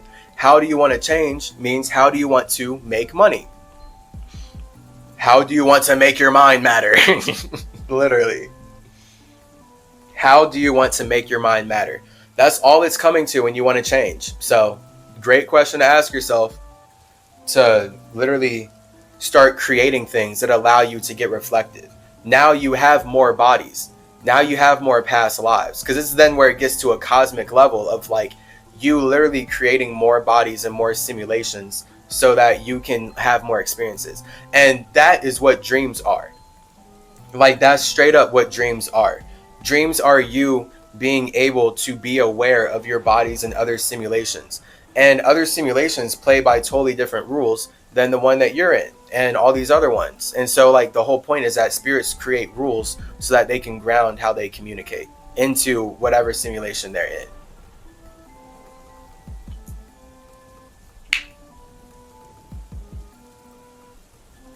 So a dream is only ever an expression of you, of course, still as an individual, but it's you in the water realm, not in the earth realm. So notice like down here, there's sharp details. It's all grounded. It's heavy.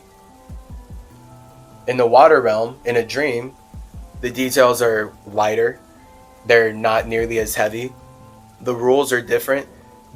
Literally, like, you can't even see the lines on your hands, generally, when you look at yourself in a dream. Or like, you can't read the time, generally, when you look at a clock in a dream.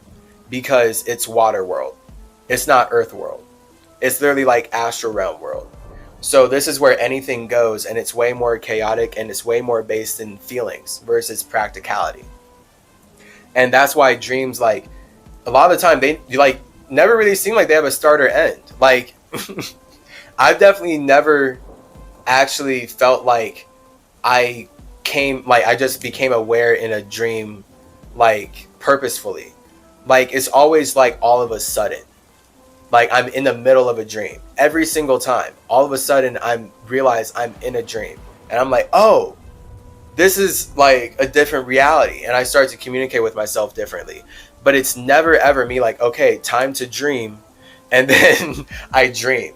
So it's always about like already dreaming. Like you're already in a vibe.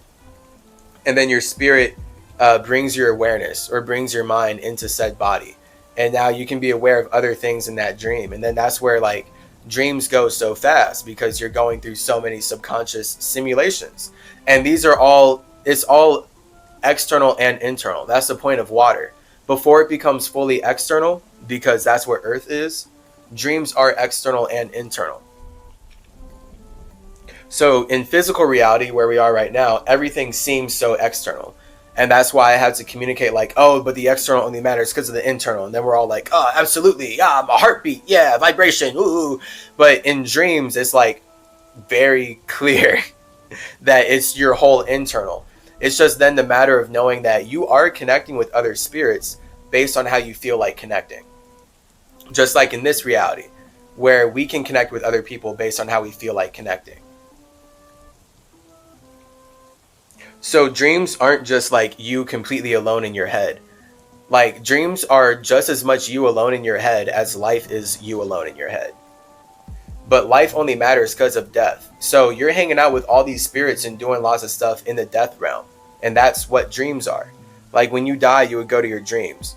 Of course, white supremacist scientists, when they're teaching us that our minds are created by our bodies and teaching us backward stuff, they're going to tell us that dreams are us simulating things from this world. Dreams are just electrons and whatever ideas that the brain creates. But we know here, always ascending academy, tapping into the symmetry, that our minds create our muscles and the brain is in fact a muscle.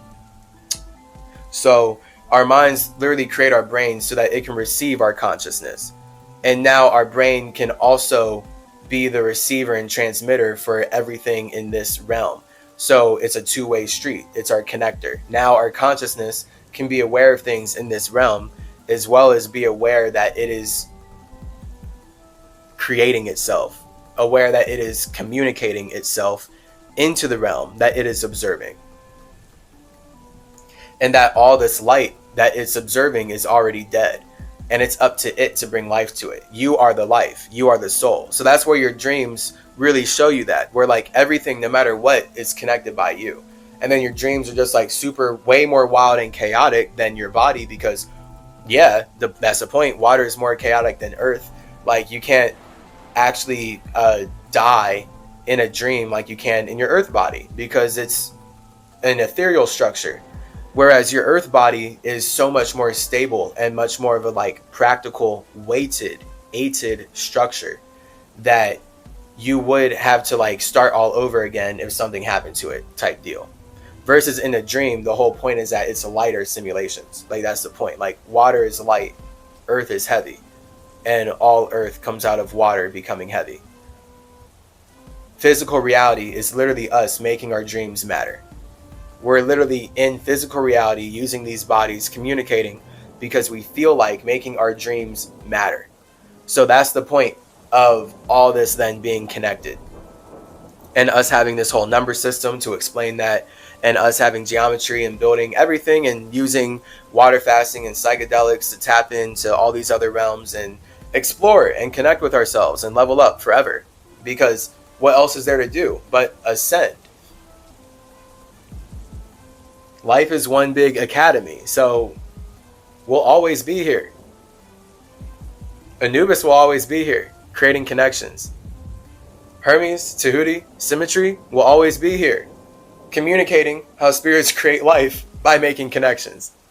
And then having all this hermetic, somatic, Zoroastrian detailing to explain good and bad, fire and water, positive and negative, polarity. Spirits feeling like connecting and then realizing that they feel like connecting differently, and then that's why change is the only constant and we will always transform. It's just about when we consciously transform, we can gain more stability with that. So now the body actually never dies. Like you never die. Like in terms of never ending, because when you as a spirit are consciously aware that you are infinite, nothing in physical reality can stop you. Like, it's impossible. What? The whole point is that you're a spirit. You're the infinite one creating physical reality to limit yourself. How could something in physical reality limit you? That's not possible.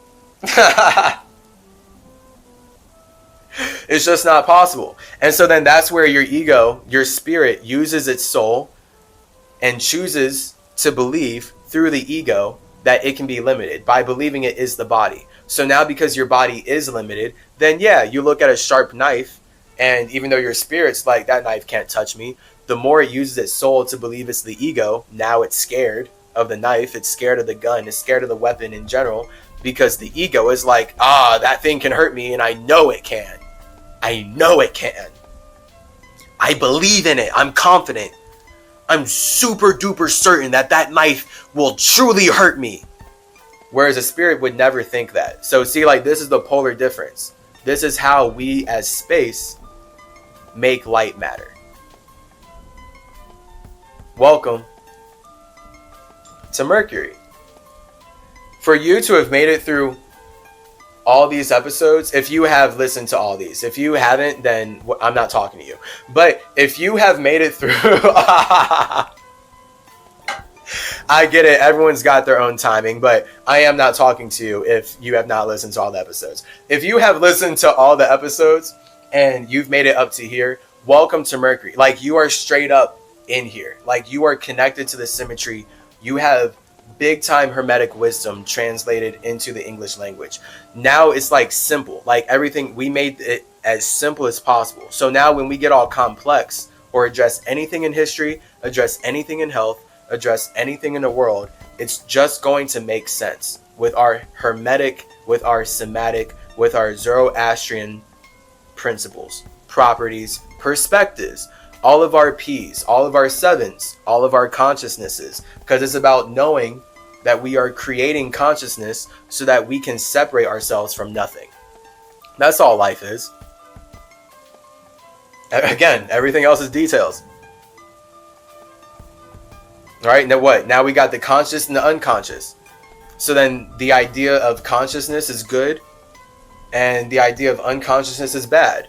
And now the subconscious, the soul, is meant to give weight to these ideas. So the more you weight in your concepts of good and bad, now you get to learn more about your conscious and unconscious, and it's all connected by your subconscious. And here we all are subconsciously connected because that's the Z. We're sleeping in the same space, are we not? Not in the same room, but I'm sleeping in the same building as many people. I'm sleeping on the same land as a lot of people. And we're all sleeping on the same quote-unquote planet. It's just about who you're comfortable sleeping with based on how you have connected with your reason why. When you truly know why you're alive, now you're able to create connections that support your ability to sleep. Now you can create connections that allow you to feel comfortable being unaware. Because the whole thing is that you have to figure out where you were. You're in the universe. Snap. Okay, I'm in the universe. Well, why am I here? Okay, I know why I'm here. All right.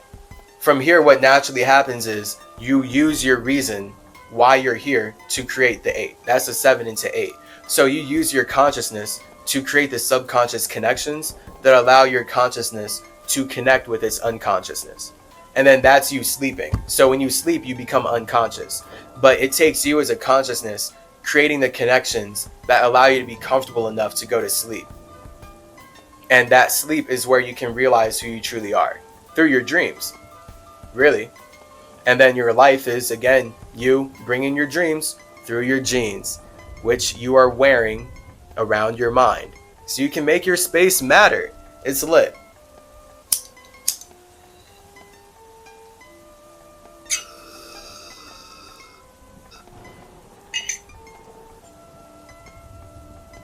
And that's then just the nature of cycling in your own emotions forever. You as a spirit can never run away from yourself. That's your own 8. If you hate yourself, then be great. Because that's the point. Anything you hate is reminding you how to be great. How to build it back better. Because that's what it comes down to, as far as if you hate something, it's because you don't like how a spirit built something that you're connected to. So whatever structures you're using to create life, to connect with life, you don't resonate with your reality. So because you don't relate with your reality, with your environment, you're going to want to use your ability to communicate to create something else. And that's just where hate makes you great. And the Z, being the 8, is hate energy. And here's the thing. Gods hate being asleep. Gods love to be woke. So the only reason a god can comfortably sleep is they literally have their reason. They need to have their individuality. They need to have their reason why. And then they gotta have the right subconscious connections, the right people around them. It's kind of hard to sleep comfortably when you are surrounded by people who want to kill you. If you're sleeping in a house, if you're like that guy that I was hanging out with, Blaine, where he's literally living in a house with some dude who's poisoning him and working for the very Freemasons that have been torturing him for 20 years. For some reason, that's a situation he made. Oh, right. He says because at the house it's super affordable. So who knows? Like, that could be a situation that they manufactured for him. Like, they made this house, this space super affordable so that he could be able to live somewhere that then they put in a roommate for him that works for them. And now that roommate's poisoning his food, and it's taking him time waiting in that connection to then make these connections and realize it and be able to communicate it to me. So now I can document it here because, wow, he's important. He matters. And I waited in that connection for a reason. So he will get his episode. Definitely. There's so much with that man. But this is what 8 is all about, sleeping. Here we are. You have your reason why you're alive. Now we can sleep. Now you're unaware that you're God. And then from here, it's just going to be Z to A. Like, we're at the end of the alphabet, right? Like, this is it. Boom. You did it. But then it just starts all over, and that's life. We go to sleep. We become aware of something else. Like, the moment you go to sleep, it's not like you become unaware. You become aware of your dreams. Right? Like, that's our point here. You dreaming is you in other realities. That's you. All the universe is connected by you. So when people are talking about your dreams just being in your head, I think not. Because your head only matters because of your dreams. So that's actually not true. Like, and it's truly like cannot be any truth in there. Like, when we know this, especially when we know we build pyramids from the top down, we build our bodies from the top down. So how could you truly tell me that my dreams are in my head, right? But it's again the whole thing of experiencing life from the outside in. We've been taught by white supremacists wrong, and it's all how life appears, because as spirits we're nothing, and then all of our water, all of our souls are invisible. So we have to communicate our souls through air into the astral realm before they settle into these simulated structures that we call planets and Earth. So we can see how all these planets, all this Earth, we have our own atmosphere, but it's atmospheres and atmospheres, and it is water playing out as air, and all the Earth is being animated by the air that is vibrating based on how the water connects with whatever frequency of the space creating said water and thought. So it's clear that when you go to sleep and you become aware of all these other spaces and other dreams and stuff, that's you being closer to your spirit, and you actually have way more capabilities. You have way more superpowers. You can do everything and anything. That's the point of lucid dreaming. You actually exercising your mind to have superpowers and be able to communicate more consciously once you wake up, literally. I actually have to attribute lucid dreaming throughout high school and college and just now to who I am. Shout out lucid dreaming. because I used to think it was in my head and that I was manufacturing it. And that's the balance of the 8. That's why I'm saying it, because you do have to create reality. You have to create your own awareness. You have to be aware of your own space before you can be aware of other spaces. So if you just want to be aware of your own space, you can use your ability to dream to create your own space and just be aware of your own space. If you want to be aware of other spaces, you can use your ability to dream to connect with other spaces and link up with other spirits. And then you're all going to be using the same light structures. You're all going to be vibrating at a similar enough energy that you can actually bounce light off of each other and use your mind, use your awareness, both of those things.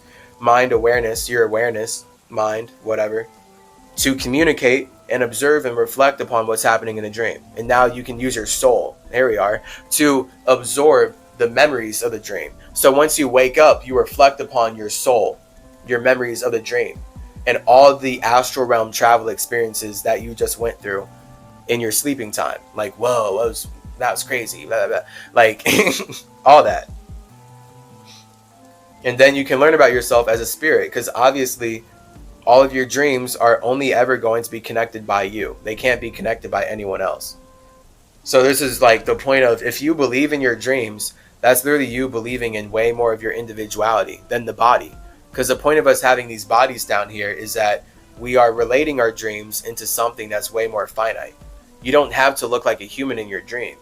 You don't play by physical rules in your dream. I fly all the time in my dreams. I walk through walls. I turn invisible. I can do everything and anything in my dreams. Like, I enter the wildest, most dire situations, keep the calmest head, figure out things, help out spirits, communicate my way out, and keep it moving. And it's lit. And it's like super fast. And it's taken like a lot to get up to this point. I remember when dreams were way different. So now it's all now. It's all the astral realm connections. It's all elemental, like, actually.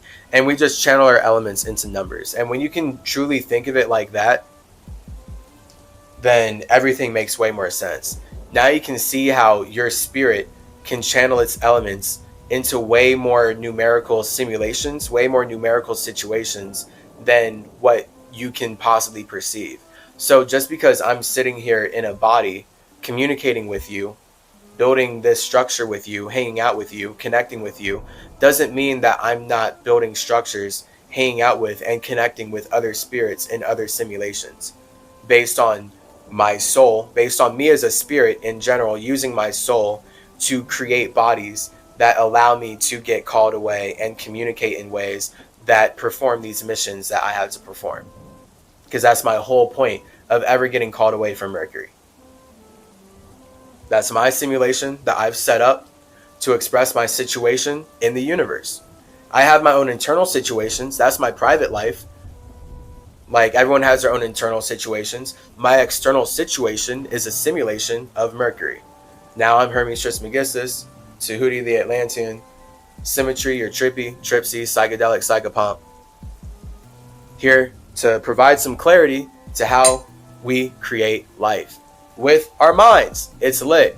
Your muscles are moved by your mind. We know this, and we know now, especially after all of this, after 26 episodes. If you've really been here for all of it, you're super lit. Everyone who's on their way, you're all also super lit. Everyone is a super infinite individual who's infinitely lit. And you are the synchronicity. For you to be tapping into this podcast, just know that you yourself are the no coincidence in your life. So when things in your life happen, you're like, whoa, no coincidence. Just know that your higher self is setting up reality around you in ways that you can't even perceive as a body. And you as a body, as a spirit experiencing yourself as a body, can communicate with your spirit, because there's all these multiple levels of awareness. That's the point of me talking about dreams and bringing literally our awareness right now as the ego to the fact that we have multiple awarenesses in other worlds based on how big of a spirit we have. Because the bigger space you have, the more water you have to fill up your own space. So that's the point of your soul getting more memories. As your soul gets bigger, your spirit gets bigger, because that's literally you working out your muscle, your mind, to work out your soul, So now you can contract and expand, and you can hold on to more things. That's your soul. So now you're holding on to more weight, and now you're getting buffer. Now you're getting stronger as a mind, because your soul is heavier and heavier and heavier. And then as you get more and more memory and your soul gets heavier and heavier and heavier, your mind gets stronger and stronger and stronger the more it lifts its own weight. But your mind does have to lift its weight. If your mind isn't lifting its weight and your soul's just getting heavy, now you're in depression. Now you're not working out. Because that's the difference between people who have depression and like people who don't. Like, yeah, like I could easily have depression, you know?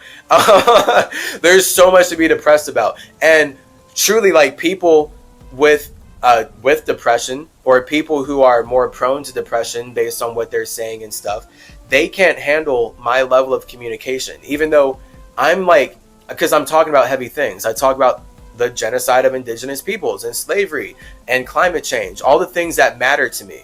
But that's too heavy for many individuals, so many individuals I've connected with, especially in art school and just school in general.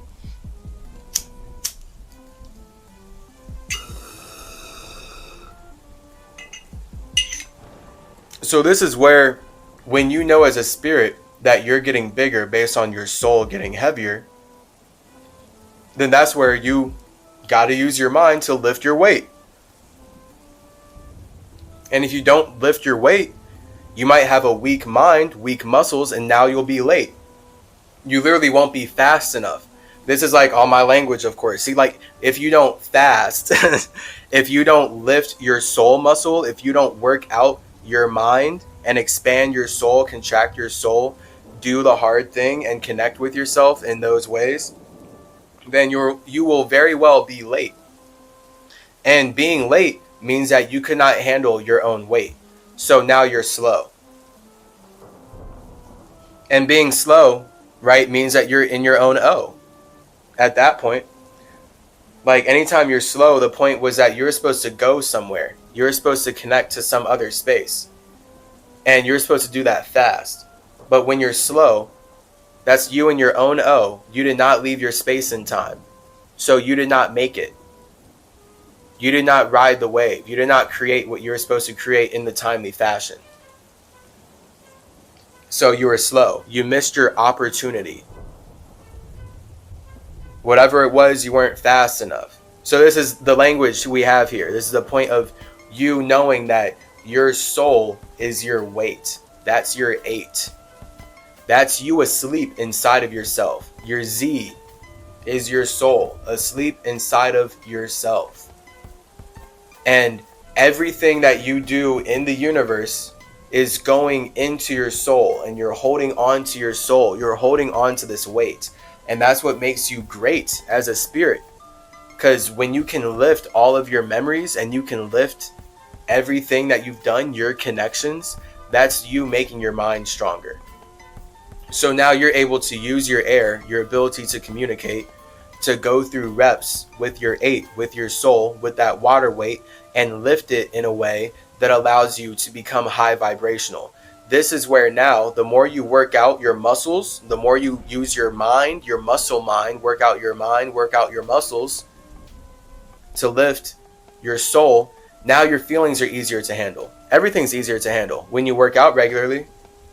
It's all about exercise, baby. You're rolling with Hermes, all right? We're mental gymnasts, and that manifests as physical gymnasts.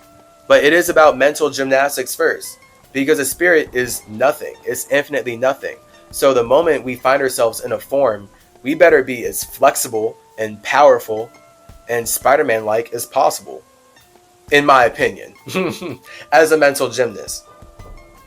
Sadly, I have lived a white supremacist lifestyle up to this point where my role in life is about fixing my spine, fixing my caduceus, showing you through Decolonize Your Face how you can straighten your spine, realign your skeleton, and straighten your teeth, expand your jawline, get your cheekbones sharper, correct all these issues. I'm in big Thoth mode. I'm in big Tahuti mode based on how I've sacrificed my body so that I could ride this white supremacist school wave and relate and connect with everyone I was supposed to connect with and have the life experiences I was supposed to have. And now I can relate on fixing these things in my body, and then my life is going to start looking more athletic as I actually have the freedom to truly be who I am, instead of being forced to sit inside all day, every day, and learn lies about my family and life and history and everything. All while worshiping the people for murdering me. What? Man, what a backwards time. I'm so glad Anubis made a Jack Russell Terrier body and hung out with me. He's so beautiful and cute. He was the cutest dog. I love him so much. Oh, I gotta hang out with him again soon. I really do. I shall. Best dog ever. His paws are beautiful. his snout was beautiful. His ears are beautiful. Dogs are the best. Dogs connect everyone. Dogs are man's best friend. I truly would be too separate from the universe. The sex cults of women, like these women who are like super duper aggressively thinking that if they connect with me they'll gain my wisdom, and they they project at me to the upteenth degree, like, oh my god. Because of them and how when I go into simulations it just naturally plays out in this way. When I go into simulations it just happens and it causes a lot of problems. I always want to be as separate as possible. And that's where I require Anubis. Like, Anubis is my connection to the universe. Otherwise, I'm good alone in my own universe. And you as a spirit would have to specifically know me to get connected to my universe and come hang out with me. Otherwise, that's it. Like, so Mercury is my only world. I mean, I help build lots of worlds, but it's my world because I'm focused on my individuality with that way, just making it make sense. It's my world of how I connect with, almost dropped that, of how I connect with the universe. Comedy. That thing almost fell, and I had to catch that. Hilarious. Reflexes are funny. Shout out the body, bro. Shout out the body having its own mind, for real. Like, it's so clear that our body is made up of trillions of other minds that like all have their own literal like reflexes and all their own ideas that support our idea of life. Communication is the best superpower ever. Like reflexes, superhuman reflexes, Spider-Man reflexes, Spidey sense, best superpower ever. The power of communication, the power to sense a vibe, the power to stop things before they happen because you're not projecting, you are able to perceive the projections to a way that you can connect the patterns. That's the P energy we're talking about. Because it's not about projecting the future, but perceiving patterns and knowing where a pattern is going based on the projections that have been created up to that point. The projections that have been profited upon up to that point. Yeah, I would truly be too separate from the universe because cults get wild. Like, I don't understand why spirits are obsessed with coming together and worshiping things. Like, I do understand. That's why I'm so passionate about communicating why you shouldn't do it. And that's why Hermeticism is the antithesis of that. And any bad guy is just going to take what I'm kicking with Zoroastrianism or Semitism or Hermeticism and be like, oh, okay, so I can create my own heaven and be happy alone? Well, I'm going to create hell and make other spirits want to connect with my heaven, and now they're going to build my world, and I'll be happy making them connect with me. And then that's just like, now that's what white supremacy is.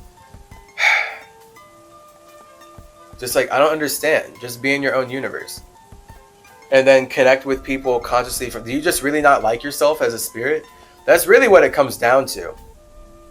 Like, these spirits can't sleep with themselves.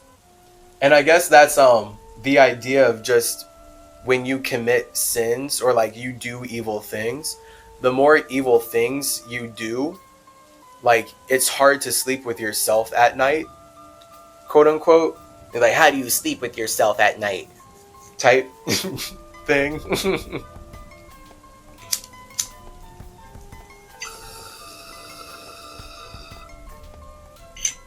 But then that's where spirits just get comfortable doing what they want. Like, I really have to wonder how much these European Freemasonic, white supremacist, industrial revolution capitalists are actually guilty. Like, white guilt is a thing, but like, how bad do the creators of all this, or like the real perpetrators of these evils, actually feel? Because, like, yeah, people definitely feel bad to get manipulated to do these things. But I'm talking about the manipulators. The tours. Like, do they really feel guilty? Like, I can't know. Like, we can't know anyone's feelings. All we can know is how spirits create reality and then communicate about that. And then perceive and, like, do everything from there. Document all that fun stuff. But you can never know if a spirit truly feels bad for what they do. You can perceive, but you can again perceive based on connecting with them over time. So if someone shows signs of no remorse, chances are they don't feel bad. But then at the same time, you can't say that. Lots of people don't show signs of remorse, yet they are remorseful. Like, I'm thinking, like, specifically right now about any show about a killer. Like, this society loves making shows about killers relatable.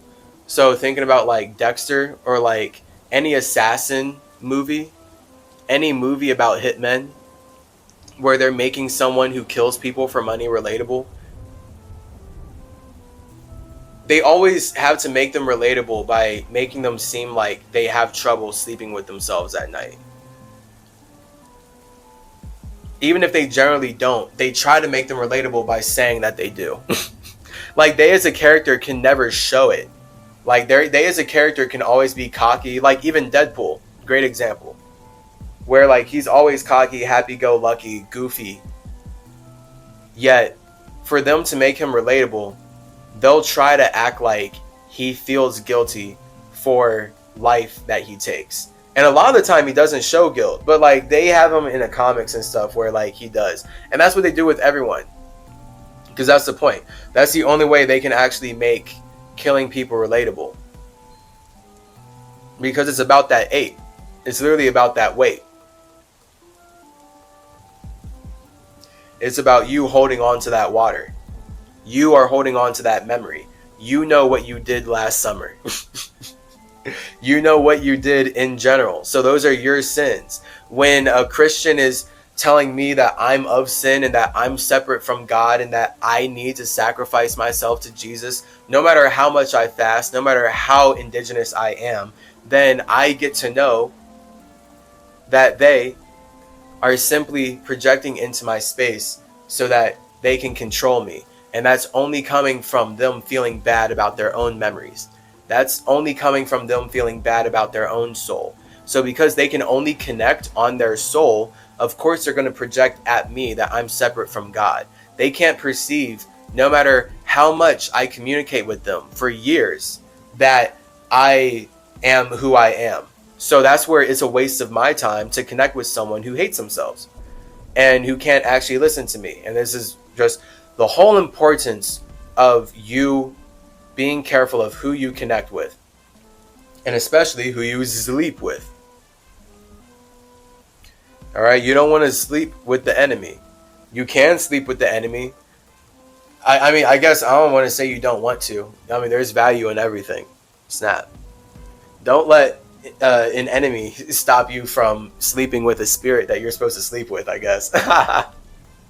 And really, the enemy is the inner me. So I guess it could be the ultimate catharsis, actually, to sleep with an enemy that you've built up. So, whatever. It sounds like a story, HBO show, porno, what have you.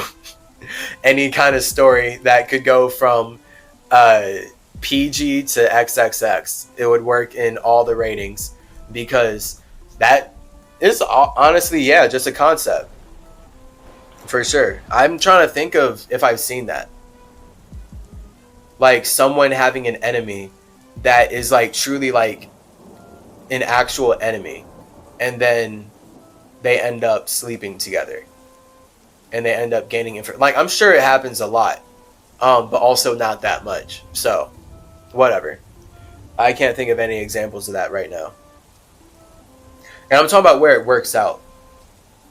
I'm sure like James Bond things are basically that. Right, like James Bond will meet women that maybe were assigned to kill him, but instead he'll put his dick in them and now they don't kill him because he killed their ego, I guess. Made them a part of his universe. I can't think of any specific examples, but that feels like the point of James Bond's sort of vibe.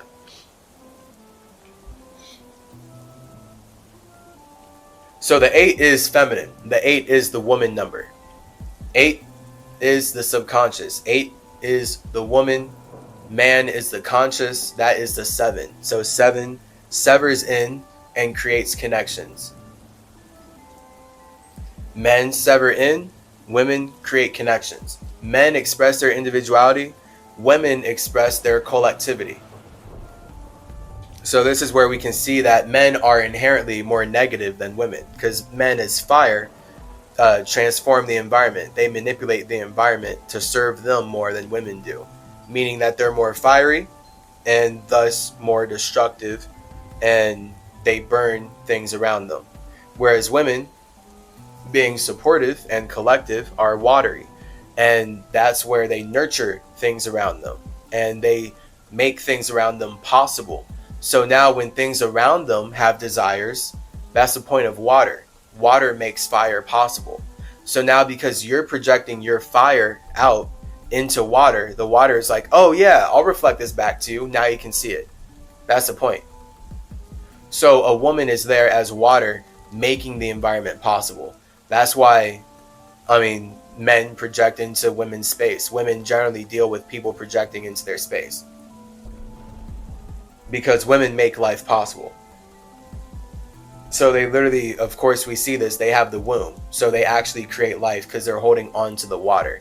They have the true watery energy of, hey, I'm the connections, like physically manifested. I'm the vibration physically manifested. And then the man is here like, well, I'm the frequency physically manifested. And then there's the balance of that. That creates energy. Men and women playing together forever and ever. Fire and water creating air. And now we have all the earth being animated by air forever and ever. And then this earth is the energy that's just transforming. And then it's all energy, because then it's all air/water playing out in different atmospheres. But we can come up with names based on what it's doing, but it's all communication. You feel it's like wild actually envisioning it and seeing it right now, because I can see how one would get lost in a periodic table, but all that garbage is so super made up and just based in like made up algorithms and like made up numbers of like literally people working so far from the bottom down trying to act like fire, water, air, earth did not make perfect sense before. Like the scientific revolution just came out like, okay, so all this alchemy, indigenous stuff, that's cool. We're going to use this to instead push the periodic table, and this is what progress is now, where instead of 4 elements, there's 100 plus. And they're actually atoms, and they all have their own number, and we need to use hypermetallic technology to experiment and figure out more and consume the world from here. Okay. That doesn't sound very intelligent. Sounds like an excuse to consume, literally just to eat what was already there, because you're trying to figure out things that we already had figured out. What? Like we already had, now we have to go back to basics because you guys were so lost in using your made up logic to cause climate change that Chase Clarence Calloway had to get called away from Mercury to come in at the right time, communicate in the right way. But hey, I'm staying humble. And humble as in, I'm not in control of anything outside of me. So I'm doing what I can, but I'm only in control of my own circumstances. That's the whole reason why I'm all about staying separate. Being in heaven. Heaven is you knowing that you are alone in your ego. Home, the 8, is you feeling connected with it to the point that it's home. So home is what you hate. Notice how home and heaven are not the same. We've talked about this. Home shows you what you hate. So you're constantly bringing heaven into your home. Like you're constantly bringing your frequency into your vibration. And that's the energy that you can experience as your home. So your home is always energy. And it's always created from you actually bringing your vibration into your frequency, your idea of heaven. But the whole point of actually being in heaven is to realize that you're always alone. So the only way you'll truly ever be in heaven is to be alone with yourself, not be connected with all these spirits like all these systems are trying to say that you're supposed to be. Because that's all, like, no matter what I do, just communicating with a lot of these spiritual people out here is just dealing with their garbage ass projections of just new age, new wave white supremacy. New age, new wave versions of saying, you need to sacrifice yourself to my version of God. Oh, you need to sacrifice yourself and go to my version of heaven. Until you ascend to the oversoul, you'll never actually know true wisdom. And then they just get to act like I'm ignorant. And they just get to project out that like everyone is stupid if they're not connected to the oversoul, or they're not connected to the source, or their version of the all, or their God, or their thing, this, that, their family, their taught concept, their imagination, their limited simulation. It's so weak. And it's like, it it makes me recalibrate how I communicate, because most people out here are so lost in their projections, especially with me being out here in LA. Like, it's, oh my God. Yeah. Communicating with people who are lost in their own projections is a waste of time. Genuinely. If you are not communicating with someone who can see you for your individuality, just know that you need to take your lessons and leave as soon as possible.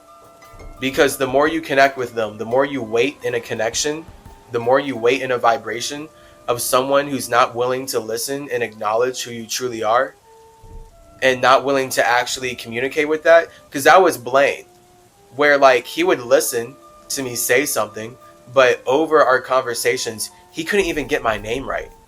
So he knew I was interested in Thoth, but for some reason he translates me saying I'm the spirit of Hermes as, oh, he must be into Egypt. So I'm going to talk over him because I'm into Kabbalah, and I learned all of the Egyptian systems in English here in America.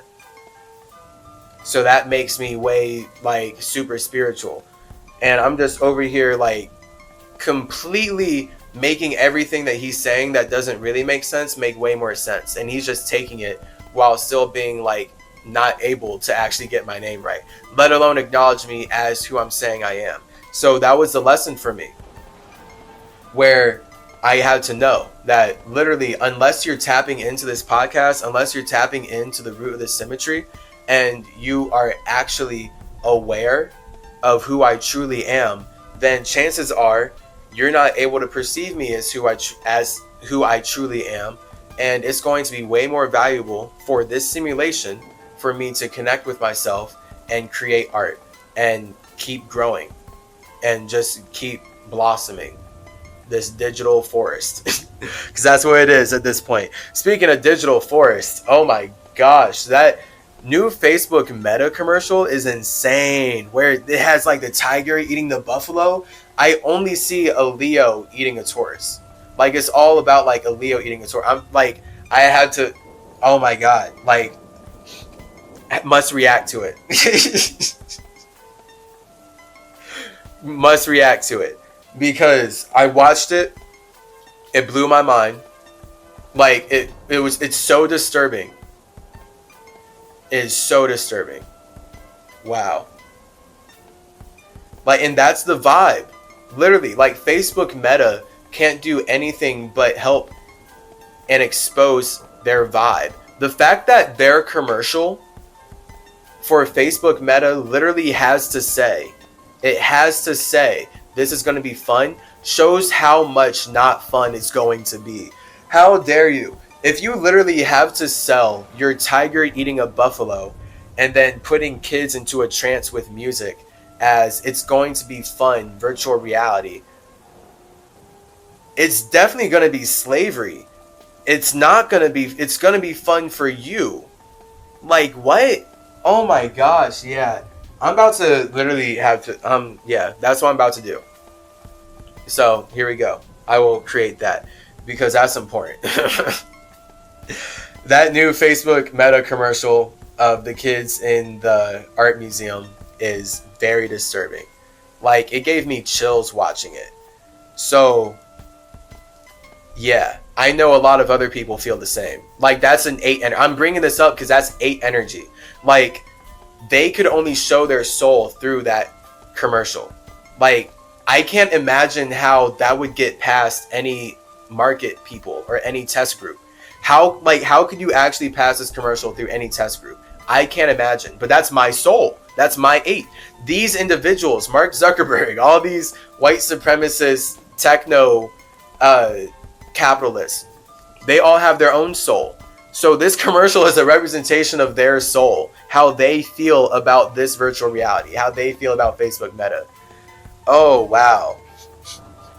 Tune into Thoth Reacts, because I'm about to get on that. Because I'm sure there's a lot more in there that I did not see on my first watch through. I'm sure. Positive. That's the whole point of life. Like, life is reps. You don't actually get anything from doing it once, truly. Like, when you go to the gym and work out once, that's nice. But you're not about to really get it if you're not doing it over and over again. So that's even the same for a movie. Like, you watch a movie once, alright, that's nice. But are you going to see everything in the movie? You read a book once, that's nice. Are you going to actually perceive everything in the book? You hear a song once, that's nice. Can you actually hear everything in the song? Because there's so many times where I've listened to songs I've listened to for years, and just because I was listening to them on a different sound system or in a different situation, I could hear sounds that I never heard before. The 8 is about weight. It is about reps. Alright, you gotta use your mind to lift your soul. That's what it means to become spiritually strong. Use your mind to lift your soul. And your muscles are a physical representation of your mind making your soul matter.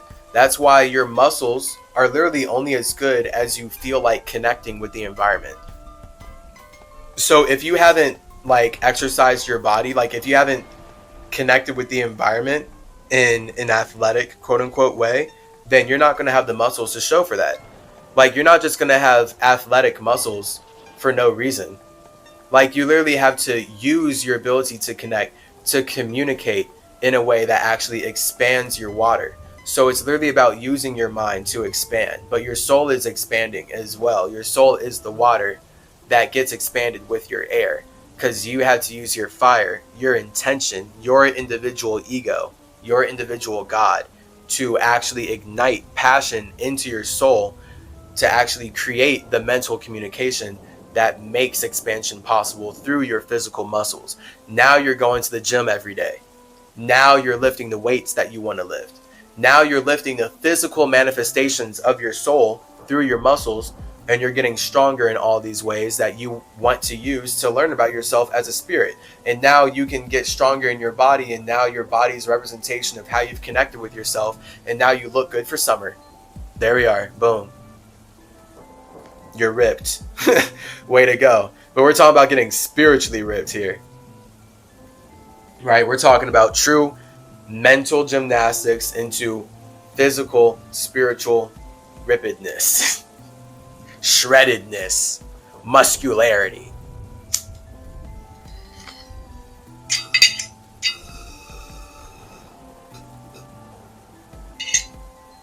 So I hope you have enjoyed this 26th episode of Synchronicity. We have gone through the full English alphabet. Dissect the Dialect has changed my life. Alright, it was literally that last time that I separated my mind from my body and truly went on the wild ride with the whole Spidey sense thing and going to the connections of Atlantis and seeing all the technology that makes the universe work. And seeing how all the technology that literally the CIA and that the FBI and all the surveillance and stuff that is inside this physical reality cannot even touch, but they're doing their best to mimic what Atlantis has going on. Literally. So everything's connections. And life is only possible because us as spirits create technology that allows us to connect. And that technology is nature. This is why all technology, if it's going to be good, must be in vibrational resonance with the natural simulation that it's existing in. That's why I get called away to do what I do. I naturally do this because it's fun for me. It's important to me, and it's fun for me. And it's important that you have fun. It's important that you get to connect with the individuals that you resonate with so that you guys can build your own world. Alone, though. Like, not forcing others to join you. Just like find the people that you're happy alone with and be alone. And then create life from there. That's nature. You build your own planets and stuff. And then you just consciously communicate everything is lit. This is what it's all about. And then we can all comfortably sleep in one cosmic universe. Now we're all 9-dimensional beings looking at this infinite 8 and able to comfortably just be unaware that we are spirits. And we can comfortably believe that we are the body inside of this vibe that we're riding, inside of this 8, inside of this vibration where we're vibing. Because that's the whole point of 26. Like, isn't that the whole point of why you have connected with creations in your life? So you can actually connect with others? Like, yeah, connecting with the show is cool. Like, connecting with a book is cool. Connecting with a movie is cool. But how cool is it to connect with other spirits who are into the same book, who are into the same movie, into the same show? Because conventions are super fun. Despite the super crazy girls and all the wild experiences that I've had at conventions, conventions are just a microcosm of the universe. I'm not in control of how people react to me. I just have to more consciously communicate. It's way more fun for me personally to meet other individual spirits who are into the same shows, into the same concepts, into the same things that I am. Because that's kind of the point. This is what 26 is all about. This is what life is all about. This is why we all sleep on the same planet. This is why we as spirits are inside of bodies that go to sleep. And then we can become aware of the astral realm. And then once we wake up, we're actually asleep down here. Because in reality, these bodies are zipping us up. So this is the Z. Literally, this body is your Z. This body is zipping you closed into a structure, into a cloth. So now this body is what you're wearing, your jeans. Literally, chase your dreams through your jeans. You're wearing your jeans so you can wear yourself, wear your air out of your space. So here we are. The whole point of you connecting with any creation is not to actually connect with the creation. It is so you can connect with spirits that have connected with the same creation as you. Because that means that you are subconsciously connected in a deeper way. Because that's what it took. You can't connect directly with another space. This is the point of comic conventions. Of just in general the universe. All of us sleeping together cosmically. You as a spirit are connecting with any creation, not to just be with the creation. You would like to sleep with individuals who also pay attention to the same creation, because that means that you can vibe with this space. And this is why it's so important that when you're looking for a partner, looking for a relationship, that you're actually into the same things, that you're actually into the same creations. Like if your partner, whoever you're deeply connecting with in 8 energy, especially like Scorpio energy, like if you're having sex with someone, if you're getting deep with someone, if you're not paying attention to the same creations, you're not in the same subconscious energy. So like your consciousness, like you may be like enjoying the pleasure, like the physical pleasure, but there's no metaphysical depth there, meaning that any structure that you're building won't be sustainable. This is why Jews, Christian, white supremacist people, their empires, their structures generally crumble and fall really fast. And they can't figure out how I built the pyramids. And their idea is all slavery and garbage because that's how they build structures. They don't understand the vibration. You can't build a structure that lasts through slavery. That's not a vibrationally sound structure. I feel like that's basic knowledge, but that's just basic knowledge on Mercury. That's just basic knowledge in my family. Obviously, a structure is only as good as the vibration it's being created from. So if you're going to use slavery to build your structures, how dare you? How could you possibly think they would last? And how dare you do that under the idea that we're all one God? So yeah, these people are evil. Whatever. Again, no words for how evil they are. Hey. We're all here though. It's a vibe. The whole point is that we have to share this universe because we all have to connect to a creation outside of ourselves to sleep with other spirits. That is the wisdom of this episode. That's what I had to get to right here, 2 hours and 33 minutes in. The universe itself is the six in this case that we all have to pay attention to actually create the universe. So truly, it is the concept of life, the concept of six, that allows us to create a universe that connects all of us, because that's what we're all connected by.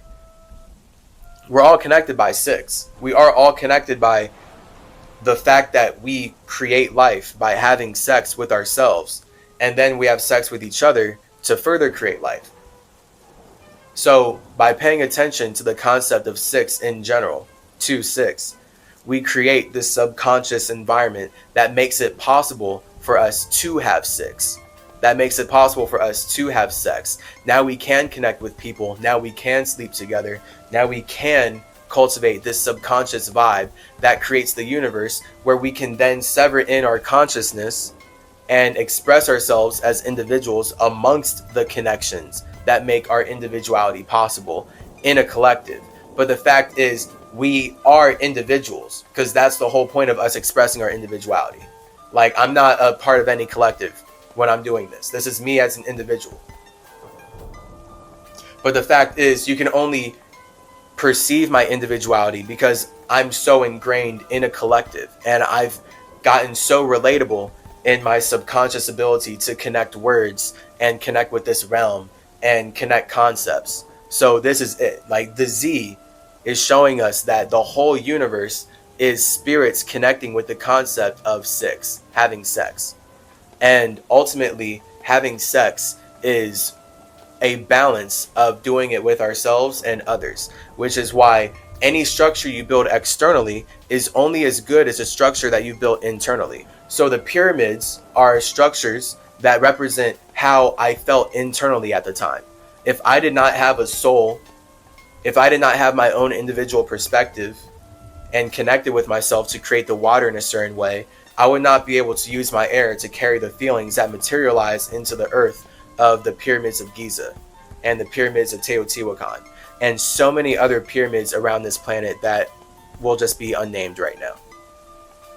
And other structures that just aren't pyramids. So structures in general, just pyramids are, pretty good for ascension, geometrically cool, grid them out, all that. So, hope you enjoyed this. Know that you are creating the universe, you are creating your vibe, you are creating your ability to be able to connect with spaces outside of yourself. And that's what it means to sleep. And it's just all about connecting with six. And that in and of itself is ultimate balance. Just life. Life doesn't happen alone. Life is a family ride. So if you don't feel like you are your own family, if you don't feel like you're connected with yourself to where you can even create spirits that you can build a family with and you can continue to grow through physical reality with day after day and then simulation after simulation, why are you alive? I can't imagine anything else. There's nothing else to do. There's nothing else to do.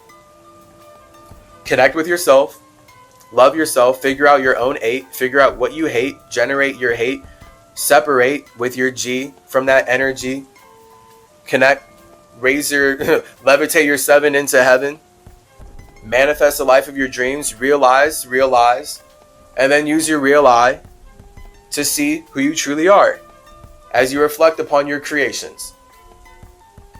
Use that moon, use that Merkaba, reflect upon everything that you've done, everything that you want to do, everything that's inside of your space. and ask the question, how do I make my mind matter? Peace. Mwah.